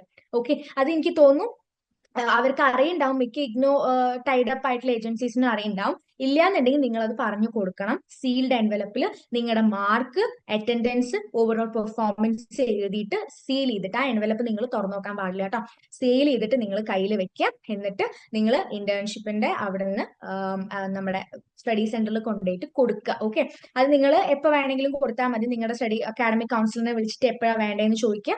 അപ്പൊ അവർ പറയാണ് ഇന്റേൺഷിപ്പ് റിപ്പോർട്ടിന്റെ കൂടെയാണെന്നുണ്ടെങ്കിൽ അതിന്റെ കൂടെ തന്നെ കൊടുക്കാൻ പാടുള്ളൂ കേട്ടോ, വേറെ സെപ്പറേറ്റ് കൊടുക്കാൻ പാടില്ല. അപ്പൊ ഇന്റേൺഷിപ്പ് റിപ്പോർട്ട് ഉണ്ട്, നമ്മുടെ 10 കേസ് ഹിസ്റ്ററി നമ്മൾ എഴുതി സബ്മിറ്റ് ചെയ്യല്ലോ, ആ സബ്മിറ്റ് ചെയ്യുന്നതിന്റെ കൂടെ നമ്മൾ ഈ സീൽഡ് ആയിട്ടുള്ള എൻവലപ്പ്, നിങ്ങളുടെ ഏജൻസി സൂപ്പർവൈസർ തന്നിട്ടുള്ള എൻവലപ്പ് നിങ്ങളുടെ അക്കാഡമിക് കൗൺസിലർ നിങ്ങൾ സബ്മിറ്റ് ചെയ്യണം. ഓക്കെ, അത് കഴിഞ്ഞിട്ട് ഒരു കോപ്പി നമ്മുടെയിലും വെക്കണം, സ്കാൻ ചെയ്തിട്ട് കേസ് ഹിസ്റ്ററിയുടെ കേട്ടോ, 10 കേസ് ഹിസ്റ്ററിയുടെ ഒരു കോപ്പി നമ്മളും വെക്കണം. ഒറിജിനൽ കോപ്പി അവർക്ക് കൊടുക്കണം. ആസ് നിങ്ങൾക്ക് അറിയാവുന്ന പോലെ ഇറ്റ് ഇസ് ഹാൻഡ് റിട്ടൺ അല്ലെ, നമ്മുടെ ഇഗ്നോന്റെ എല്ലാ കാര്യങ്ങളും ഹാൻഡ് റിട്ടൺ ആണ്, ഇതും ഹാൻഡ് റിട്ടൺ ആണ്. ആൻഡ് അത് കഴിഞ്ഞിട്ട് നമ്മൾ എക്സാമിനേഷൻ വരുന്ന പോലെ തന്നെ നിങ്ങൾ രജിസ്റ്റർ ചെയ്യുക, ഇന്റേൺഷിപ്പിനും പ്രാക്ടിക്കൽസിനും രജിസ്റ്റർ ചെയ്യുക. ആൻഡ് ഇന്റേൺഷിപ്പ് വൈവയ്ക്ക് സ്റ്റഡി സെന്റർ വിളിക്കും, ആ സമയത്ത് വൈവ പോയി അറ്റൻഡ് ചെയ്യുക. എന്നിട്ട് അത്രേ ഉള്ളൂ, കഴിഞ്ഞു. വൈവ പോയി അറ്റൻഡ് ചെയ്ത് കഴിഞ്ഞാൽ എല്ലാ പരിപാടിയും അവിടെ തീരും. ഓക്കെ, അപ്പൊ ഇതാണ് ഇന്റേൺഷിപ്പ് എന്ന് പറഞ്ഞു കഴിഞ്ഞാൽ. ഓക്കെ, നമുക്ക് പ്രാക്ടിക്കലിലേക്ക് കടക്കാം. പ്രാക്ടിക്കൽ എന്നുള്ളത് നിങ്ങൾക്ക് എല്ലാവർക്കും അറിയുന്ന കാര്യമാണ് അല്ലെ. നമ്മൾ ഫസ്റ്റ് ഇയറിലും ഓൾറെഡി പ്രാക്ടിക്കൽ ഉണ്ടായിരുന്നു, പക്ഷേ നിങ്ങൾ ഇതുവരെ ചെയ്തിട്ടില്ല എന്നേ ഉള്ളൂ. കുറെ സ്റ്റഡി സെന്റേഴ്സ് ഒക്കെ പ്രാക്ടിക്കൽ ചെയ്തിട്ടുണ്ട്, കുറെ സ്റ്റഡി സെന്റേഴ്സിന് ഇതുവരെ കിട്ടിയിട്ടില്ല. അപ്പോൾ പ്രാക്ടിക്കലി പറഞ്ഞ പോലെ ഒരു 7-10 എക്സ്പെരിമെന്റ് ഉണ്ടാവും. അതിൽ 5 എണ്ണമാണ് നിങ്ങളുടെ സ്റ്റഡി സെന്റർ ചൂസ് ചെയ്യുന്നത്. സ്റ്റഡി സെന്റർ ഏതെങ്കിലും ഒരു 5 എണ്ണം ചൂസ് ചെയ്യും. അത് ഓരോ സ്റ്റഡി സെന്ററിനും വ്യത്യാസമായിരിക്കും. കലൂരിന്റെ പ്രാക്ടിക്കൽ ആവില്ല JDTക്ക്, JDTയുടെ പ്രാക്ടിക്കൽ ആവില്ല ട്രിവാൻഡ്രം. ഓരോ സ്റ്റഡി സെന്ററും വ്യത്യാസമായിരിക്കും അത് ചൂസ് ചെയ്യുന്നുണ്ടാവുക. അപ്പൊ അതുകൊണ്ട് എപ്പോഴും നിങ്ങളുടെ സ്റ്റഡി സെന്റർ പറയുന്ന പോലെ തന്നെ മുന്നോട്ട് പോവുക. വേറെ ഒരു സ്റ്റഡി സെന്ററിന്റെ നിങ്ങൾക്ക് നോക്കി എഴുതാനോ ഒന്നും പറ്റില്ല. ഓക്കെ, സോ എപ്പോഴും സ്റ്റഡി സെന്റർ ഒരു കമ്മ്യൂണിക്കേഷൻ വെക്കും നിങ്ങളുമായിട്ട്, അവരുടെ ഗ്രൂപ്പിൽ എപ്പോഴാണ് പ്രാക്ടിക്കൽസ്. സിൻസ് ഫസ്റ്റ് ഇയറിന്റെ പ്രാക്ടിക്കൽസ് ഇനിയിപ്പോ ഒരു 1-2 മാസമായല്ലോ, വിത്തിൻ ഒരു 2-3 മന്ത്സിൽ ഫസ്റ്റ് ഇയറിന്റെ പ്രാക്ടിക്കലിന്റെ ഒരു ഇന്റിമേഷൻ നിങ്ങൾക്ക് സ്റ്റഡി സെന്റർ തരും എന്ന് നമുക്ക് എക്സ്പെക്ട് ചെയ്യാം. ഓക്കെ, ആൻഡ് അവര് തന്നെ ഈ പറഞ്ഞ പോലെ തന്നെ ക്ലാസ് എടുത്ത് തരും, നിങ്ങളെ കൊണ്ട് റെക്കോർഡ് എഴുതിപ്പിക്കും, നിങ്ങൾക്ക് വൈവ ഉണ്ടാകും. ആ റെക്കോർഡ് നിങ്ങൾ പോയിട്ട് സബ്മിറ്റും ചെയ്യണം. എല്ലാ കാര്യങ്ങളും അവര് ചെയ്തു തരും നിങ്ങൾക്ക്. ഈവൻ ചില സ്റ്റഡി സെന്റേഴ്സ് നിങ്ങളെ കൊണ്ട് 3-4 ദിവസത്തെ പ്രാക്ടിക്കൽ ക്ലാസ്സസ് ആണ് നിങ്ങൾക്ക് ഉണ്ടാവുക. അപ്പൊ ബ്രോഡിലുള്ളവർക്കും കൂടി അവര് ബാച്ച് വൈസ് ആയിട്ട് ഇന്നത്, ഇപ്പൊ ബാച്ച് 1 എന്ന് പറഞ്ഞിട്ട് അതിലൊരു 10-30 കുട്ടികളെ ഇൻക്ലൂഡ് ചെയ്തിട്ട് എൻറോൾമെന്റ് നമ്പർ ആഡ് ചെയ്തിട്ടായിരിക്കും നിങ്ങളുടെ ഗ്രൂപ്പിൽ ഇടുക, അല്ലെങ്കിൽ നിങ്ങൾക്ക് മെയിലായിട്ട് അറിയിക്കുക. അവര് ഗ്രൂപ്പ് ഇല്ലാത്ത സ്റ്റഡി സെന്റേഴ്സ് ആണെന്നുണ്ടെങ്കിൽ മെയിലായിട്ടാണ് നിങ്ങൾ അറിയിക്കുക. അപ്പൊ അതെല്ലാം അവർ ചെയ്യും. ആൻഡ് ആ സമയത്ത് ഡേ എപ്പോഴാണ് വരുന്നതെന്ന് നോക്കിയിട്ട് നിങ്ങൾക്ക് അവിടെ പോയി അറ്റൻഡ് ചെയ്യാം. 3-4 ദിവസത്തെ പരിപാടിയേ ഉള്ളൂ. ചില സ്റ്റഡി സെന്റേഴ്സ് അവിടെ തന്നെ നിങ്ങൾക്ക് റെക്കോർഡ് ചെയ്യിപ്പിച്ച് നിങ്ങളെല്ലാം കറക്ഷൻ വാങ്ങി എല്ലാ കാര്യങ്ങളും ചെയ്യും. ചില സ്റ്റഡി സെന്റേഴ്സ് നിങ്ങൾക്ക് കയ്യിൽ മെറ്റീരിയൽ തരും, എന്നിട്ട് നിങ്ങൾക്ക് വീട്ടിൽ പോയിട്ട് ഇരുന്ന് എഴുതാനുള്ള ഒരു ടൈമും തരും. 2 വീക്സ് കഴിഞ്ഞ് കഴിഞ്ഞാൽ നിങ്ങളടുത്ത് പറയും റെക്കോർഡ് സബ്മിറ്റ് ചെയ്യണം എന്നുള്ളത്. റെക്കോർഡ് പോയി സബ്മിറ്റ് ചെയ്യുക. ആൻഡ് സബ്മിറ്റ് ചെയ്യുന്ന സെൻസ് കറക്ഷൻ വാങ്ങുക. കറക്ഷൻ വാങ്ങി കഴിഞ്ഞ് കഴിഞ്ഞാൽ നിങ്ങൾക്ക് പിന്നെ പോകേണ്ടത് വൈവയുടെ സമയത്താണ്, എക്സാമിന്റെ സമയത്ത്, വൈവയുടെ സമയത്ത്. സോ വൈവയുടെ സമയത്ത് പോയി കഴിഞ്ഞാൽ നിങ്ങളുടെ റെക്കോർഡും നിങ്ങൾക്ക് സബ്മിറ്റ് ചെയ്യണം, അതുപോലെ തന്നെ വൈവയും അവർ ചോദിക്കും. And practical is done. അപ്പൊ ഇത് ഫസ്റ്റ് ഇയറിനും സെക്കൻഡ് ഇയറിനും ഒരേ പ്രൊസീജിയർ ആണ്. ഫസ്റ്റ് ഇയറിനും സെക്കൻഡ് ഇയറിനും ചിലപ്പോൾ നിങ്ങൾക്ക് ഒരുമിച്ചായിരിക്കും ഉണ്ടാവുക പ്രാക്ടിക്കൽ, ഇല്ലാന്നുണ്ടെങ്കിൽ അവർ നിങ്ങളടുത്ത് ഡേറ്റ് ഇന്റിമേഷൻ തരും. ഓക്കെ. ഇനി നിങ്ങളുടെ അടുത്ത് ഒരു ചോദ്യം ഉള്ളത് എന്താണ്, പ്രാക്ടിക്കൽസ് അറ്റൻഡ് ചെയ്യാൻ പറ്റാത്തവർ എന്ത് ചെയ്യും, അല്ലെ? ഇപ്പൊ അബ്രോഡ് ഉള്ളവർക്കോ അല്ലെങ്കിൽ എന്തെങ്കിലും എമർജൻസി വന്നോ പ്രാക്ടിക്കൽസ് ഇൻ കേസ് അറ്റൻഡ് ചെയ്യാൻ പറ്റിയിട്ടില്ല മാം, എന്ത് ചെയ്യും നമ്മൾ എന്ന് ചോദിച്ചു കഴിഞ്ഞാൽ എന്താണ്, നമ്മൾ പ്രാക്ടിക്കൽസ് ഇനി അറ്റൻഡ് ചെയ്യാൻ പറ്റുന്നില്ല, നമുക്ക് നാളെ മറ്റന്നാളാണ് പ്രാക്ടിക്കൽസ്, നമുക്ക് പെട്ടെന്ന് വയ്യാണ്ടായി, അങ്ങനെയൊക്കെ വരികയാണെന്നുണ്ടെങ്കിൽ നിങ്ങളുടെ സ്റ്റഡി സെന്ററിനെ വിളിച്ച് പറയുക. സ്റ്റഡി സെന്ററിനെ വിളിച്ച് പറയുന്നത് എന്തിനാന്ന് വെച്ചാൽ അവരാണ് ബാച്ച് ഇടുന്നത്, ബാച്ച് ലിസ്റ്റ് പ്രിപ്പയർ ചെയ്യുന്ന അവരാണ്. അപ്പൊ നെക്സ്റ്റ് ബാച്ച്, അതായത് ഇനി വരുന്ന നിങ്ങളുടെ അടുത്ത Jan 25 ബാച്ചിന്റെ അല്ലെങ്കിൽ July 24 ബാച്ചിന്റെ പ്രാക്ടിക്കൽസിന് ആ ബാച്ചിൽ, അവരുടെ ബാച്ചിൽ നിങ്ങളുടെ എൻറോൾമെന്റ് നമ്പർ ആഡ് ചെയ്യാൻ വേണ്ടിയിട്ട് അവരുടെ അടുത്ത് പറയണം. ഓക്കെ. അത് പറഞ്ഞാൽ മാത്രമേ നിങ്ങളുടെ നമ്പർ ആ സമയത്ത് അവർ ആഡ് ചെയ്യുള്ളൂ. അപ്പൊ അവരത് മാർക്ക് ചെയ്തിട്ട് അവർ നെക്സ്റ്റ് പ്രാക്ടിക്കൽസിന് നിങ്ങളുടെ നമ്പർ ആഡ് ചെയ്യും. ഓക്കെ. അപ്പൊ നിങ്ങൾക്ക് ഇന്റിമേഷൻ കിട്ടും സ്റ്റഡി സെന്ററിന് അടുത്ത പ്രാക്ടിക്കൽസിന് വന്നാൽ മതി എന്നുള്ളത്. അപ്പൊ എപ്പോഴും അവർ ഇൻഫോം ചെയ്യണം സ്റ്റഡി സെന്ററിന്റെ, സ്റ്റഡി സെന്ററിനെ വിളിച്ചിട്ട്, അല്ലെങ്കിൽ കമ്മ്യൂണിക്കേഷൻ നിലനിർത്തണം നിങ്ങൾ. എനിക്ക് വരാൻ പറ്റില്ല പ്രാക്ടിക്കലിന്, ഇന്ന സിറ്റുവേഷൻ കൊണ്ടാണെന്ന് പറഞ്ഞു കഴിഞ്ഞാൽ അവർ അത് ഓക്കെ ആയിരിക്കും. Okay. But you have to have a communication with അത്രേ ഉള്ളൂ. ഓക്കെ. സോ ഇതാണ് പ്രാക്ടിക്കൽസിന് പറയുകയാണ്. ഇനി പ്രോജക്റ്റ് എടുത്തവരുണ്ടെന്നുണ്ടെങ്കിൽ നിങ്ങൾക്കറിയാം, നമുക്ക് 4 സബ്ജക്റ്റിൽ ഒരു സബ്ജക്ട് വരുന്നത് പ്രോജക്റ്റ് അല്ലെങ്കിൽ അപ്ലൈഡ് പോസിറ്റീവ് സൈക്കോളജി. പ്രോജക്റ്റ് എടുക്കാത്തവർക്കുള്ളതാണ് അപ്ലൈഡ് പോസിറ്റീവ് സൈക്കോളജി. പ്രോജക്റ്റ് എടുത്തവരുണ്ടെന്നുണ്ടെങ്കിൽ ഇതേ പ്രൊസീജിയർ ആണ്. നിങ്ങൾക്ക് ഒരു ലിസ്റ്റ് ഓഫ് ഗൈഡ്സിനെ സ്റ്റഡി സെന്റർ തരും, ഒരു 10ഓ 12ഓ ഗൈഡിന്റെ കോണ്ടാക്ട് നമ്പർ സ്റ്റഡി സെന്റർ ഗ്രൂപ്പിലിടും. ഓക്കെ. നിങ്ങൾ ചെയ്യേണ്ട എന്താണ്, ഓരോ ഗൈഡിനെയും വിളിച്ചിട്ട് അണ്ടറിൽ എന്റെ ഗൈഡ് ആവാമോ എന്നുള്ളത് നിങ്ങൾ വിളിച്ചിട്ട് ചോദിക്കണം. ചില ഗൈഡ്സിന്റെ അണ്ടറിൽ ഓൾറെഡി 10 പേരാണ് അവർക്ക് ഉള്ള റൂൾ. 10 പേരുടെ മുകളിലേക്ക് അവർക്ക് എടുക്കാൻ പാടില്ല ഓരോ ഗൈഡിന്. അപ്പൊ ചില ഗൈഡ്സിന്റെ ഓൾറെഡി 10 ആയിട്ടുണ്ട്. അപ്പൊ അവര് പറയും, അയ്യോ എന്റെ ഓൾറെഡി തികഞ്ഞു, പിള്ളേരൊക്കെ ആയി, അതുകൊണ്ട് വേറെ ആളെ വിളിച്ചു നോക്കൂ എന്നുള്ളത് അവർ നിങ്ങളടുത്ത് പറയും. അങ്ങനെ കമ്മ്യൂണിക്കേറ്റ് ചെയ്യാണെങ്കിൽ നിങ്ങൾ അടുത്ത നമ്പറിൽ വിളിക്കാം. അപ്പൊ പ്രോജക്റ്റ് എടുക്കുന്നത് പ്യോർലി നിങ്ങളുടെ റെസ്പോൺസിബിലിറ്റി ആണ്, നിങ്ങളെ ഗൈഡിനെ കണ്ടുപിടിക്കുക. Study centre just that number തരും, കോൺടാക്ട് ഡീറ്റെയിൽസ് ആൻഡ് പേരും ഗൈഡിന്റെ പേരും തരും. നിങ്ങൾ നിങ്ങളുടെ ഗൈഡിനെ വിളിച്ചിട്ട് കാര്യങ്ങൾ സംസാരിച്ച് സെറ്റ് ആക്കണം. ഓക്കെ. സോ അതാണ് ഫസ്റ്റ് ഒരു ടാസ്ക് എന്ന് പറഞ്ഞ പ്രോജക്റ്റിന്റെ. രണ്ടാമത്, ഗൈഡ് പറയുന്ന പോലെ നിങ്ങൾ ചെയ്യാൻ പാടുള്ളൂ. ഓക്കെ. ഗൈഡ് ഒരു സ്പെസിഫൈഡ് ഏരിയ പറയും, ഇന്ന ഏരിയ ചൂസ് ചെയ്താൽ മതി. സെൽഫ് എസ്റ്റീം അല്ലെങ്കിൽ ഹാപ്പിനെസ്, വെൽബീങ് ചൂസ് ചെയ്താൽ മതി. അപ്പൊ നിങ്ങൾ വെൽബീങ്, ഹാപ്പിനെസ്, സെൽഫ് എസ്റ്റീം വെച്ചിട്ട് ഒരു റീസെർച്ച് ഹൈപ്പോത്തസിസ് ഉണ്ടാക്കണം. അപ്പൊ ഗൈഡ് പറയുന്ന പോലെ വേണം നിങ്ങൾ മുന്നോട്ട് പോകാനായിട്ട്. ചിലപ്പോ നിങ്ങൾ കണ്ടെത്തിയ ടോപ്പിക് ഗൈഡ് പറയും ഇത് വേണ്ട എന്ന് പറയും ഗൈഡ്, എന്നിട്ട് ഗൈഡ് പറയും വേറൊരു ടോപ്പിക് എടുക്കാം. അപ്പൊ നിങ്ങൾ ഗൈഡ് എന്താണോ പറയുന്നത് അതാണ് നിങ്ങൾ ചെയ്യേണ്ടത്. ഓക്കെ. സോ എപ്പോഴും ഗൈഡുമായിട്ട് ഡിസ്കഷൻ വേണം. ആൻഡ് എല്ലാ വീക്കും ഗൈഡിനെ നിങ്ങൾ വിളിച്ചിട്ട് സംസാരിക്കണം. ഗൈഡ് അതൊക്കെ മാർക്ക് ചെയ്യും, എങ്ങനെയുണ്ടായിരുന്നു നിങ്ങളുടെ കമ്മ്യൂണിക്കേഷൻ ആസ് എ ഗൈഡ്, അവരെ ഹാപ്പി ആണോ, നിങ്ങൾ വിളിക്കുന്നുണ്ടോ, നിങ്ങൾ കാര്യങ്ങൾ ചെയ്യുന്നുണ്ടോ എന്നുള്ളതൊക്കെ ഗൈഡിന് അവിടെ റീമാർക്സ് കൊടുക്കേണ്ടി വരും, എല്ലാ വീക്കും കമ്മ്യൂണിക്കേറ്റ് ചെയ്തിട്ടുണ്ടോ എന്നൊക്കെ ഉള്ളത്. ഓക്കെ. ആൻഡ് ഗൈഡ് പറയുന്ന പോലെ സിനോപ്സിസ് പ്രിപ്പറേഷൻ ചെയ്യണം. ഗൈഡ് ഒരു ഫോമാറ്റ് തരും, ആ ഫോമാറ്റ് അനുസരിച്ച് നിങ്ങൾ സിനോപ്സിസ് പ്രിപ്പയർ ചെയ്യുക, സബ്മിഷൻ ചെയ്യുക സിനോപ്സിസിന്റെ റീജിയണൽ സെന്ററിൽ. ആൻഡ് അത് കഴിഞ്ഞിട്ട് വൺ സിനോപ്സിസ് അപ്രൂവ് ആയി കഴിഞ്ഞാൽ, അതായത് ചിലപ്പോൾ സിനോപ്സിസ് അപ്രൂവ് ആവില്ല, ഗൈഡ് പറയും ഇതല്ലല്ലോ ഞാൻ പറഞ്ഞ ടോപ്പിക്, വേറെ ടോപ്പിക് എടുക്കണം എന്നൊക്കെ പറഞ്ഞിട്ട് ഗൈഡ് വരും ചിലപ്പോൾ. അപ്പൊ നിങ്ങൾ എന്താണ്, ടോപ്പിക് അങ്ങ് മാറ്റിയാൽ മതി, ഗൈഡിനനുസരിച്ച് ടോപ്പിക് മാറ്റുക, സിനോപ്സിസ് അപ്രൂവ് ആകും.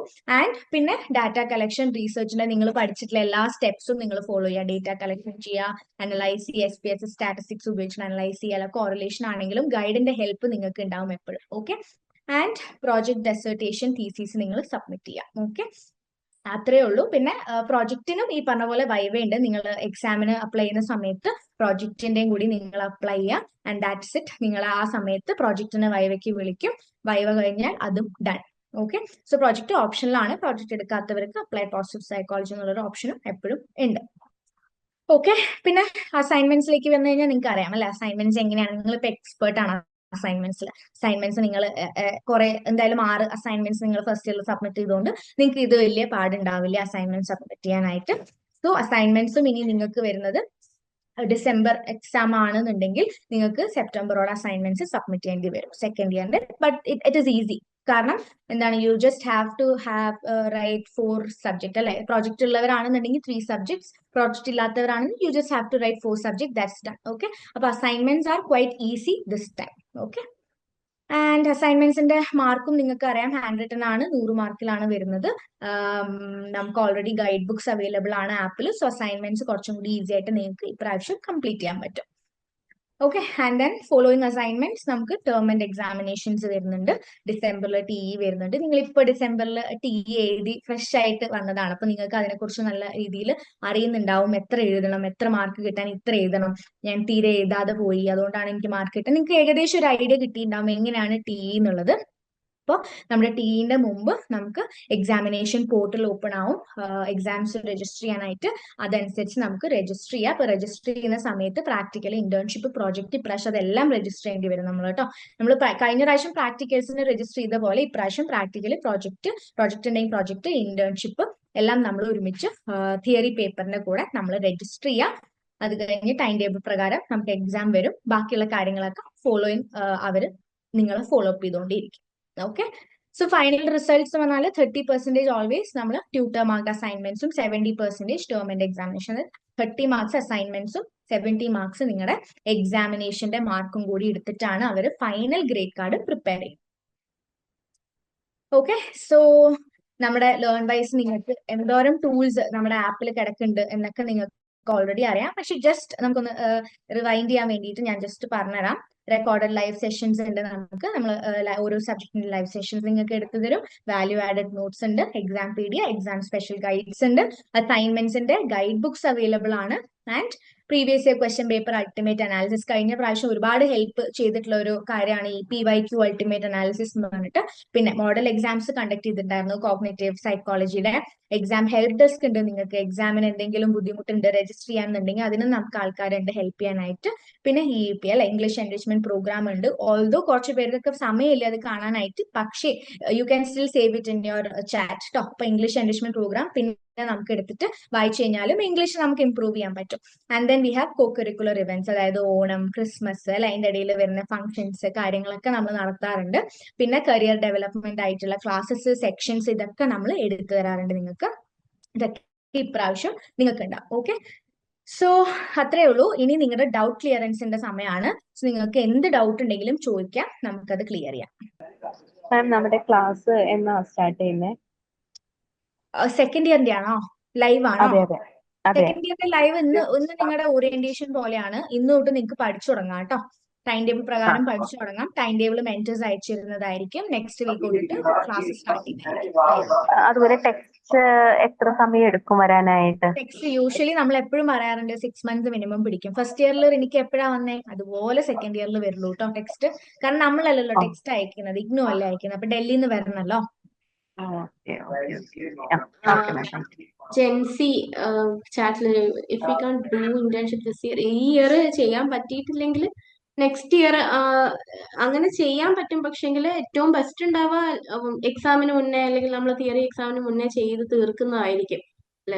അബ്രോഡ് ഉള്ളവരാണ്, അബ്രോഡ് ഉള്ളതുകൊണ്ട് നിങ്ങൾക്ക് വരാൻ പറ്റില്ല ഇന്റേൺഷിപ്പിനാണെങ്കിൽ there are options for that ട്ടോ. നമ്മൾ സ്റ്റഡി സെന്റർ അടുത്ത് കമ്മ്യൂണിക്കേറ്റ് ചെയ്ത് കഴിഞ്ഞാൽ study centre providing online internship classes for you. Okay, അപ്പൊ ഇപ്പൊ കലൂരിന്റെ അണ്ടറിലൊക്കെ ആണെന്നുണ്ടെങ്കിൽ എനിക്ക് തോന്നുന്നു മേഴ്സി മാമിനൊക്കെ വിളിച്ചാൽ മതി. മേഴ്സി മാം ഒരു വഴി പറഞ്ഞു തരും നിങ്ങളുടെ അടുത്ത് കേട്ടോ. അപ്പൊ ട്രിവാൻഡ്രം ചോദിച്ചു നോക്കൂ, നിങ്ങൾക്ക് ഓൺലൈൻ ആയിട്ട് ചെയ്യാൻ പറ്റുമോ എന്നുള്ളത് അവരുടെ അടുത്ത് ചോദിച്ചാൽ മതി. എനിക്ക് തോന്നുന്നു കലൂരിന്റെ അണ്ടറിൽ മേഴ്സി മാം, ജയചന്ദ്രൻ മാം ഒക്കെ എല്ലാ സ്റ്റഡി സെന്റേഴ്സിലെ ആൾക്കാരെയും അവരെടുക്കുന്നുണ്ട് ഇന്റേൺഷിപ്പ് ഓൺലൈൻ ആയിട്ട് ചെയ്യാനായിട്ട്. നിങ്ങൾക്ക് ഓൺലൈൻ ക്ലാസ്സസ് ആണ് ഉണ്ടാവുക 1 മണിക്കൂറിൽ, രാത്രി 7 to 8 അങ്ങനെ എന്തോ ആണ് സ്റ്റുഡൻസിന് ക്ലാസ് ഉണ്ടാവുക. അപ്പൊ അങ്ങനെയാണ് അവർ പറയുന്നത്. അറ്റ്ലീസ്റ്റ് ഒരു ദിവസം 2 ദിവസത്തെ വരേണ്ടി വരും എന്ന് അവർ പറയും. പക്ഷെ നമ്മൾ സംസാരിച്ച് നോക്കിക്കഴിഞ്ഞാൽ ചിലപ്പോൾ അവർ സമ്മതിക്കും. അപ്പൊ അവരുമായിട്ട് ഒന്ന് കോൺടാക്റ്റിൽ വെക്കുക നിങ്ങൾ. ഞാൻ നിങ്ങളുടെ മെന്റേഴ്സ്, നിങ്ങളുടെ അടുത്ത് നമ്പർ ഇല്ല എന്നുണ്ടെങ്കിൽ നിങ്ങളുടെ മെന്റേഴ്സിനോട് ചോദിച്ചാൽ മതിയിട്ട് അവരുടെ നമ്പർ അല്ലെങ്കിൽ എവിടെന്നെങ്കിലും അയച്ചു തരാൻ പറ്റുമായിരിക്കും നമുക്ക്. അപ്പൊ അബ്രോഡുള്ള സ്റ്റുഡൻസിന് അതൊരു ഓപ്ഷൻ ആണ്. അതെപ്പോഴും you can keep in your mind കേട്ടോ. Before the practical exam do we have to prepare a record? Of course നിങ്ങൾക്ക് റെക്കോർഡ് എഴുതണം കേട്ടോ. നിങ്ങൾക്ക് ഒരു ഫെയർ ആയിട്ടുള്ള റെക്കോർഡ് എഴുതി സബ്മിറ്റ് ചെയ്യണം. റെക്കോർഡിന്റെ മെറ്റീരിയൽസ് എല്ലാം, റെക്കോർഡ് എഴുതാനുള്ള 10 അല്ലെങ്കിൽ 5 എക്സ്പെരിമെന്റ്സിന്റെ മെറ്റീരിയൽസ് എല്ലാം നിങ്ങൾക്ക് സ്റ്റഡി സെന്റർ പ്രൊവൈഡ് ചെയ്യും. അതനുസരിച്ച് നിങ്ങൾ റെക്കോർഡ് കീപ്പ് ചെയ്യണം. ആൻഡ് റെക്കോർഡ് നിങ്ങൾ പ്രാക്ടിക്കൽ എക്സാമിന് കൊണ്ടുപോകണം. പ്രാക്ടിക്കൽ എക്സാമിന് വൈവയ്ക്കും നിങ്ങൾക്ക് റെക്കോർഡ് സബ്മിഷന് ഒരു വലിയൊരു മാർക്ക് ഉണ്ട്. എനിക്ക് തോന്നുന്നു 20-25 മാർക്സ് റെക്കോർഡ് സബ്മിഷൻ ഉണ്ടാവും. അതുപോലെ അഞ്ജു റീ രജിസ്ട്രേഷൻ ചെയ്തതാണോ Anju? Option is there any option to change from അതെ, ക്ലിനിക്കൽ ചെയ്തിട്ടില്ല. ചെയ്തിട്ടില്ല എന്നുണ്ടെങ്കിൽ നമുക്ക് റീ രജിസ്ട്രേഷൻ ചെയ്യുന്ന സമയത്ത് കൗൺസിലിംഗിലേക്ക് ചെയ്തിട്ടുണ്ട്, മാറാം. റീ രജിസ്ട്രേഷൻ ചെയ്തായിരുന്നു. ചെയ്തിട്ടുണ്ട്, കൺഫേം ആയി, പേയ്മെന്റ് ഒക്കെ കഴിഞ്ഞു. കൺഫേം ആണ്. Okay. അങ്ങനെ ആ സമയത്ത് ഇത്ര ദിവസത്തിനുള്ളിൽ നമുക്ക് റീജിയണൽ സെന്ററുമായിട്ട് കണക്ട് ചെയ്താൽ അവരെന്തെങ്കിലും ചെയ്തു തരും. അങ്ങനെ ചെയ്യാൻ പറ്റും. ഓക്കെ. അല്ല, നമ്മൾ കൺഫേം ആയി നമ്മൾ ഇഗ്നോയില് സെക്കൻഡ് ഇയറിനേക്ക് ഈ സബ്ജക്ട് എടുത്തു എന്നുണ്ടെങ്കിൽ ഇത്ര ദിവസത്തിനുള്ളിലാണെങ്കിൽ നമ്മളിപ്പോ ചെയ്തിട്ടല്ലേ ഉള്ളൂ, അപ്പോൾ നമുക്ക് അങ്ങനെ കണക്ട് ചെയ്തിട്ട് ഡയറക്റ്റ് റീജിയണൽ സെന്ററുമായിട്ട് കണക്ട് ചെയ്ത് കഴിഞ്ഞാൽ അവര് മേ ബി ചിലപ്പോൾ ഒരു ഫൈൻ വാങ്ങിക്കുമായിരിക്കും. എന്നിട്ട് അവരത് മാറ്റി തരും. മാം, ഈ ഹലോ. ഫസ്റ്റ് ഇയറിന്റെ റിസൾട്ട് ആണെങ്കിലും അസൈൻമെന്റ്സ് ആണെങ്കിലും ചിലതിന്റെ അത് വന്നിട്ടില്ല.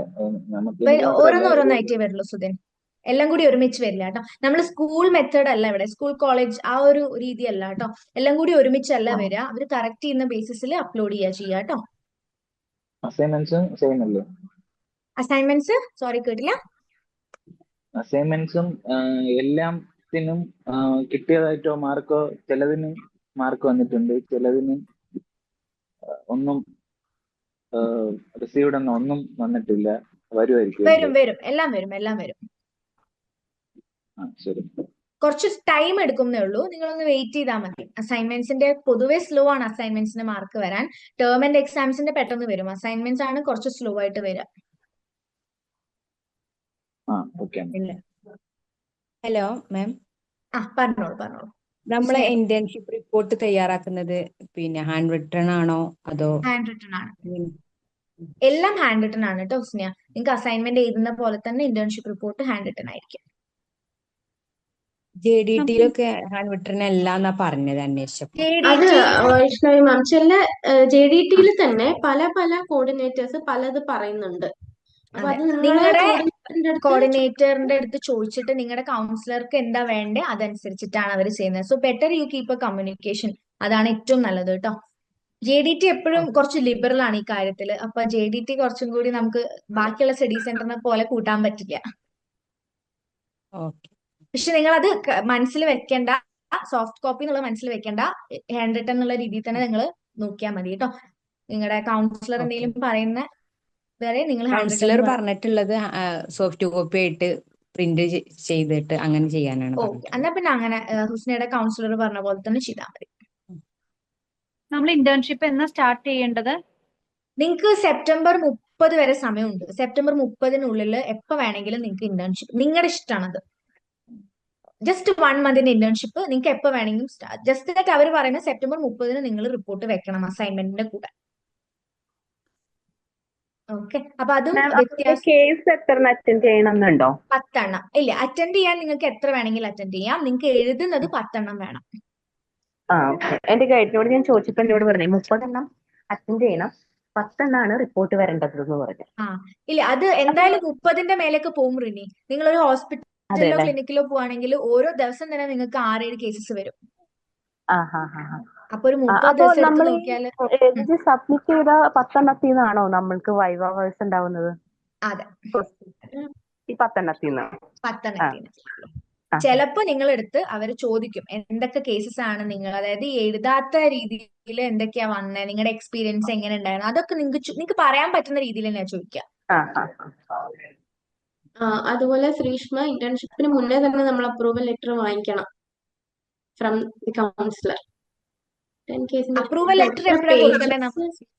നമ്മള് അപ്രൂവൽ ലെറ്റർ കൊടുക്കേണ്ടത് നമ്മുടെ ഇന്റേൺഷിപ്പ് വേറെ സ്ഥലത്ത് നമ്മൾ ചെയ്യാണ് എന്നുള്ളതിന്റെ പെർമിഷൻ വേണം അല്ലെ നമുക്ക്. അതായത് ഇന്റേൺഷിപ്പ് ഈ സ്റ്റഡി സെന്റർ പ്രൊവൈഡ് ചെയ്യാത്ത ഏജൻസീസ് ആണെന്നുണ്ടെങ്കിൽ നമുക്ക് പെർമിഷൻ ഇല്ലാണ്ട് വേറെ ഇന്റേൺഷിപ്പ് ചെയ്യാൻ പറ്റില്ലല്ലോ.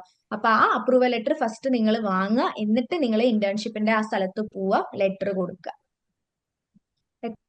അതേപോലെ നമ്മുടെ കൗൺസിലറിനെ നമ്മൾ എത്ര പേജസ് അതൊക്കെ നിങ്ങളെ സ്റ്റഡി സെന്റർ അനുസരിച്ചിരിക്കും കേട്ടോ. ചില ഉം. ഒരു മിനിറ്റ് ഹർഷ, ഞാൻ ഒന്ന് പറഞ്ഞു തീർക്കട്ടെ. ഓക്കെ, അപ്പൊ പേജസ് ഒക്കെ നിങ്ങളുടെ സ്റ്റഡി സെന്റർ അനുസരിച്ചാണ്. ഇപ്പൊ JDT പറയുന്ന പോലെയല്ല ഫോമാറ്റ് കലൂരിന്റെ ഫോമാറ്റ് അല്ല ട്രിവാൻഡ്രത്തിന്റെ. ഓരോ ഫോമാറ്റും വ്യത്യാസമായിരിക്കും. നിങ്ങൾക്ക് ഫോമാറ്റ് അനുസരിച്ചിട്ടാണ് നിങ്ങൾ എഴുതേണ്ടത്. ഹർഷ പറഞ്ഞു. നമ്മളുടെ കൗൺസിലർ അല്ലെങ്കിൽ കോർഡിനേറ്ററിന് നമ്മൾ കലൂർ ചെന്നിട്ട് ഇൻ പേഴ്സൺ ചെന്ന് അവരോട് ചോദിക്കണോ? അങ്ങനെ ചോദിച്ചാൽ മാത്രമേ അവര് നിങ്ങൾക്ക് കാണിച്ചു തരും. ഇപ്പൊ ലാസ്റ്റ് ഇയർ എന്റെ ഒരു സ്റ്റുഡന്റ് ഇത് ഉണ്ട് എന്ന് അറിയുന്ന തന്നെ അവര് അസൈൻമെന്റ് കൊടുക്കാൻ പോയ സമയത്ത് ഇങ്ങനെ അവര് ചോദിച്ചതാണ് കൗൺസിലറിനെ കാണാൻ പറ്റുമോ എന്നുള്ളത്. അപ്പോഴാണ് അവർ അറിയുന്നത് ഓരോ സ്റ്റുഡന്റിനും ഓരോ കൗൺസിലർ, അവിടെ ഇരിക്കുന്ന ആള് ചോദിച്ചു താങ്കളുടെ കൗൺസിലറിന്റെ പേരെന്താന്നുള്ളത്. അപ്പോഴാണ് സ്റ്റുഡന്റ് അറിയുന്ന തന്നെ അവർക്കൊരു കൗൺസിലർ ഉണ്ട് എന്നുള്ളത്. അല്ലാണ്ട് നമ്മളെ വിളിക്കുകയൊന്നും ചെയ്യില്ല. അപ്പൊ നിങ്ങൾ അവിടെ പോയിട്ട് ചോദിച്ചു കഴിഞ്ഞാൽ അവർ പറയുള്ളൂ ഇതാണ് നിങ്ങളുടെ കൗൺസിലർ എന്നുള്ളത്. അപ്പൊ എപ്പോഴും അവിടെ പോയി അസൈൻമെന്റ് സബ്മിറ്റ് ചെയ്യുന്ന സമയത്തോ അല്ലെങ്കിൽ ജസ്റ്റ് നിങ്ങൾ ആ വഴി പോവുകയാണെങ്കിലും ഒന്ന് കയറി ചോദിച്ചു നോക്കുക നിങ്ങളുടെ കൗൺസിലർ. നമ്പർ കിട്ടിയാലും മതി, ചിലപ്പോൾ അവിടെ ഉണ്ടാവണം എന്നില്ല, നമുക്ക് നമ്പർ കിട്ടിയാലും മതിയല്ലോ. മാം, ഞങ്ങളെ ഇൻക്ലൂഡ് ചെയ്തിട്ടുള്ള ഒരു സെന്ററിന്റെ ഒരു ഗ്രൂപ്പ് ഉണ്ട്. ആ ഗ്രൂപ്പിൽ ഓൾറെഡി നമുക്ക് പേരുകളും നമ്പറുകളും ഒക്കെ ഇട്ട് തന്നിട്ടുണ്ട്. അപ്പൊ നമുക്ക് ഇഷ്ടമുള്ളവരെ അതിൽ നിന്ന് സെലക്ട് ചെയ്ത് വിളിക്കാം. ഏത് സെന്ററാണ് ഇനി? എനിക്ക് കലൂര്. കലൂർ ഒരു 10 ഗൈഡിനെ ആ പേരുടെ നമ്പർ. തന്നിട്ടുണ്ട്. അതെ അതെ അതെ. അപ്പൊ അതില് ഏതെങ്കിലും വിളിച്ചാൽ മതി എന്നാണോ പറഞ്ഞത്? ആരെ ആയാലും കുഴപ്പമില്ല വിളിച്ചാൽ. ഓക്കെ, അപ്പൊ കാരണം ഇന്റേൺഷിപ്പ് റിപ്പോർട്ടിനൊക്കെ നിങ്ങളുടെ കൗൺസിലർ എടുത്ത് നിങ്ങൾ കമ്മ്യൂണിക്കേഷൻ. ഒരു മാഡത്തിനെ ഞാൻ വിളിച്ചായിരുന്നു. ഓക്കെ, അത് നല്ലതാട്ടോ റിനി. ഒരു കമ്മ്യൂണിക്കേഷൻ ബിൽഡ് ചെയ്തൊക്കെ നല്ല. കലൂരിൽ ആർക്കെങ്കിലും അത് കിട്ടിയിട്ടില്ല എന്നുണ്ടെങ്കിൽ ചോദിച്ചാൽ മതി, നമ്മുടെ അടുത്തുണ്ട് കേട്ടോ. 10 പേരുടെ നമ്പർ നമ്മുടെ അടുത്തുണ്ട്. അതുപോലെ പേഴ്സണലി അറിയാവുന്ന സെന്റർ ആണെങ്കിൽ നമുക്ക് അവിടെ ഇപ്പം ലെറ്റർ വേണമെന്നില്ല എന്ന് പറഞ്ഞു. അത് ചിലപ്പോ കലൂരിന്റെ റൂൾ ആയിരിക്കും റിനി. നമുക്ക് ബാക്കിയുള്ള സ്റ്റഡി സെന്റർ എങ്ങനെയാന്ന് പറയാൻ പറ്റില്ല. അതെ. ബാക്കിയുള്ള സ്റ്റഡി സെന്റേഴ്സ് നമുക്ക് സർട്ടിഫിക്കറ്റ് എൻവലപ്പ് സർട്ടിഫിക്കറ്റ് തരുമ്പം അവിടെ അതിൽ എന്തെല്ലാം മെൻഷൻ ചെയ്യണം എന്നാണ് മാഡം പറഞ്ഞത്? എനിക്ക് നോട്ട് ചെയ്യാൻ പറ്റില്ല. നിങ്ങളുടെ മാർക്ക്, അതായത് ഓവറോൾ പെർഫോമൻസ് മാർക്ക് ഉണ്ടല്ലോ, ഇപ്പൊ 50 ഇത്ര എന്നുള്ള രീതിയിൽ മാർക്ക് വേണം നിങ്ങൾക്ക്, എത്ര ഉണ്ട് എന്നുള്ളത്. പിന്നെ നിങ്ങളുടെ അറ്റൻഡൻസ്, പിന്നെ ഒരു റീമാർക്സ് പോലെ നമ്മൾ സാധാരണ എഴുതും. നമ്മളെ ഈ ഒരു സ്റ്റുഡന്റ് ക്വൈറ്റ് ഗുഡ്, ഒബ്സർവ് ചെയ്യുന്നുണ്ടായിരുന്നു എല്ലാം എന്നൊക്കെ പറഞ്ഞിട്ട് അവരൊരു റീമാർക്ക് തരും ആ ഒരു എൻവലപ്പില്. ഇപ്പൊ ഓരോ സ്റ്റഡി സെന്ററിലും 10 പേരുടെ പേരല്ലേ കൊടുത്തിരിക്കുന്നത്. അപ്പം സ്റ്റുഡൻസ് ആക്ച്വലി ഒരു 200 എബവ് ഒക്കെ ഇവിടെ ട്രിവാൻഡ്രത്തുണ്ട്. അപ്പൊ ഈ പേർക്കാവുമ്പോഴത്തേക്ക് അവർക്ക് എടുക്കുന്ന നമ്പർ ഓഫ് പേഴ്സൺസ് കുറവല്ലേ? എന്തിന്റെ പ്രോജക്റ്റിന്റെ ആണോ സുമിത്ര ചോദിക്കുന്നത്? പ്രോജക്റ്റിന്റെ അല്ല, ഈ ഇന്റേൺഷിപ്പിന് വേണ്ടിയിട്ട്. ഇന്റേൺഷിപ്പ് നിങ്ങൾ സ്റ്റഡി സെന്ററിലല്ലല്ലോ ചെയ്യുന്നത്. സ്റ്റഡി സെന്ററിലല്ല, സ്റ്റഡി സെന്ററിന് കല്ലൂര് പറഞ്ഞതുപോലെ ട്രിവാൻഡ്രത്തിന് ഒരു 10 പേരുടെ പേര് കൊടുത്തിട്ടുണ്ടായിരുന്നു. ഓക്കെ, അതില് ഇല്ല. ഇന്റേൺഷിപ്പിന് സുമിത്ര നമുക്ക് അധികം ഗൈഡൻസ് വേണ്ട, ജസ്റ്റ് ഫോർമാറ്റ് മതി. അപ്പൊ അവർക്ക് കുഴപ്പമില്ല. സ്റ്റുഡൻസിന് ഇത് എടുക്കാൻ പറ്റും. അത് അവരുടെ റൂൾ അല്ലേ, അത് നമ്മൾ അറിയേണ്ട ആവശ്യമില്ലല്ലോ സുമിത്ര. നമുക്ക് ഗൈഡ് അല്ലല്ലോ ഇവര്. നമ്മൾ ജസ്റ്റ് ഡൗട്ട് ക്ലിയറൻസിന് വിളിക്കുന്നു, ഫോർമാറ്റ് അയച്ചുതരാൻ പറയുന്നു, ഫോർമാറ്റ് അയക്കുന്നു, നിങ്ങൾ ഒരു കേസ് അവർക്ക് അയച്ചു കൊടുക്കുന്നു, അവരത് കറക്റ്റ് ചെയ്യുന്നു, അത്രേ ഉള്ളൂ. ഒറ്റ കേസേ അവർ നോക്കുള്ളൂ. ആ കേസ് കറക്റ്റ് ആണെങ്കിൽ അവർ പറയും ആ കേസിന്റെ ഫോർമാറ്റിൽ ബാക്കി 9 കേസ് എഴുതാൻ പറയും. നിങ്ങൾ എത്ര പേര് എടുക്കണം എന്നൊന്നും നിങ്ങൾ നോക്കേണ്ട ആവശ്യമില്ല. നിങ്ങൾ വിളിക്കുക, അവരുടെ അടുത്ത് പറയാ ഇന്റേൺഷിപ്പ് ചെയ്യാനാണ്, ഫോർമാറ്റ് ഒന്ന് തരാമോ ചോദിച്ചു കഴിഞ്ഞാൽ അവര് തരും. മാം, നമ്മൾ ഈ ഫോർമാറ്റ് എടുക്കേണ്ടത് ഈ ക്ലിനിക്കിൽ നിന്നാണോ അതോ സ്റ്റഡി സെന്ററിൽ നിന്നാണോ?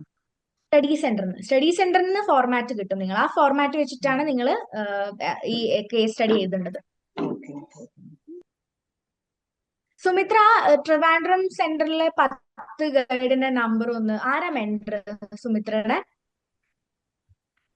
എന്റെ മെന്റർ അക്ഷര. കൗൺസിലറുടെ കാര്യമല്ലല്ലോ പറയുന്നത്. നേരത്തെ നമ്മൾ പറഞ്ഞ പോലെ ഒരു സ്റ്റുഡന്റിന് ഒരു കൗൺസിലർ ഉണ്ടാവുമെന്ന് മാം പറഞ്ഞ പോലെ ആ കൗൺസിലറിന്റെ കാര്യമല്ലല്ലോ പറയുന്നത്. ആരുടെ നമ്പറാ കിട്ടിയിരിക്കുന്നത്? അവിടുന്ന് കിട്ടിയിരിക്കുന്ന നമ്പേഴ്സ് എന്ന് പറഞ്ഞാൽ കുറെ, ഞാൻ ഒരു ഒന്ന് സെക്കൻഡ്. ഒന്ന് അക്ഷര മാമിന് അയച്ചു കൊടുക്കും അതൊന്ന്. മാം കറക്റ്റ് കാരണം ചെയ്തു. നമ്മൾ അറിഞ്ഞത് വരെ ട്രിവാൻഡ്രത്തിൽ വേറെ ആർക്കും ഇങ്ങനെ ഒരു ഇന്റിമേഷൻ കിട്ടിയിട്ടില്ല എന്നാണ് എനിക്ക് ഇവിടെ ട്രിവാൻഡ്രത്തിലെ വേറെ ആരെങ്കിലും ഉണ്ടോ? നിങ്ങൾക്ക് അറിയോ അങ്ങനെ ഒരു സംഭവം? ആൾക്കാരെല്ലാവരും ഒരു ഗ്രൂപ്പ് ഫോം ചെയ്തിട്ടുണ്ടായിരുന്നു. ഓക്കെ ഓക്കെ, അൺഒഫീഷ്യൽ ആയിട്ട് അല്ലേ? ഓക്കെ അൺഒഫീഷ്യലായിട്ട് എല്ലാ സ്റ്റുഡൻസും കൂടി ചേർന്നിട്ട് ഒരു ഗ്രൂപ്പ് ഉണ്ട്. അപ്പൊ ഓക്കെ ആ ഗ്രൂപ്പിൽ ഇപ്പൊ കഴിഞ്ഞ പ്രാക്ടിക്കൽ സെഷന് പോയപ്പോഴത്തേക്ക് നമുക്ക് പറഞ്ഞു തന്ന ഒരു 10 ആൾക്കാരുടെ പേരും അവരുടെ ഫോൺ നമ്പറും ഇട്ട് തന്നായിരുന്നു. പക്ഷെ അതില് അതൊന്ന് ഒരാൾ 10 പേരെ എടുക്കുന്നുള്ളൂ എന്ന് പറഞ്ഞു. അപ്പോഴാകെ ഒരു അത് ടെൻഷൻ. പ്രോജക്റ്റിന്റെ ആയിരിക്കും സുമിത്ര, അത് പ്രോജക്റ്റിന്റെ ഗൈഡ് ആയിരിക്കും. ഓക്കെ 10 പേരെ എടുക്കുന്നത് പ്രൊജക്റ്റിന് അവർ 10 പേരെ എടുക്കുള്ളൂ. പക്ഷെ നിങ്ങൾക്ക് അവരെ കോൺടാക്ട് ചെയ്യാം, അവർ തന്നെ ആയിരിക്കും അക്കാഡമിക് കൗൺസിലേഴ്സ്. ഫോർമാറ്റ് ഇന്റേൺഷിപ്പിന്റെ ഫോർമാറ്റ് ഒക്കെ അവർ അയച്ചു തരും. അവരാണ് അക്കാഡമിക് കൗൺസിലേഴ്സ് എന്നാണ് പറഞ്ഞത്. മനസ്സിലായില്ലേ? ഒന്ന് അക്ഷരയ്ക്ക് ഒന്ന് അയച്ചു കൊടുക്കണേ സുമിത്ര, കാരണം ഒരുപാട് ട്രിവാൻഡ്രം സ്റ്റുഡൻസിന് ഇത് ഒരു ഐഡിയ ഇല്ലാതിരിക്കണ്ടേ, കമ്മ്യൂണിക്കേഷൻ ഇല്ലാത്തതുകൊണ്ട്. ഓക്കെ പറ്റുവാണെങ്കിൽ ആ അൺഒഫീഷ്യൽ ഗ്രൂപ്പിന്റെ ലിങ്ക് അയച്ചു തരണേ. നമ്മുടെ സ്റ്റുഡൻസിന് ജെൻസി ഒക്കെ ട്രിവാൻഡ്രം ആണ്, ഒരു കമ്മ്യൂണിക്കേഷനും ഇല്ലാണ്ടിരിക്കുകയാണ്. ശരി. ലീവും ചോദിച്ചിട്ടുണ്ട്. വേറെ ഡൗട്ട് ഒന്നും ഇല്ലെങ്കിൽ ലീവ് ചെയ്യാം. റിനി.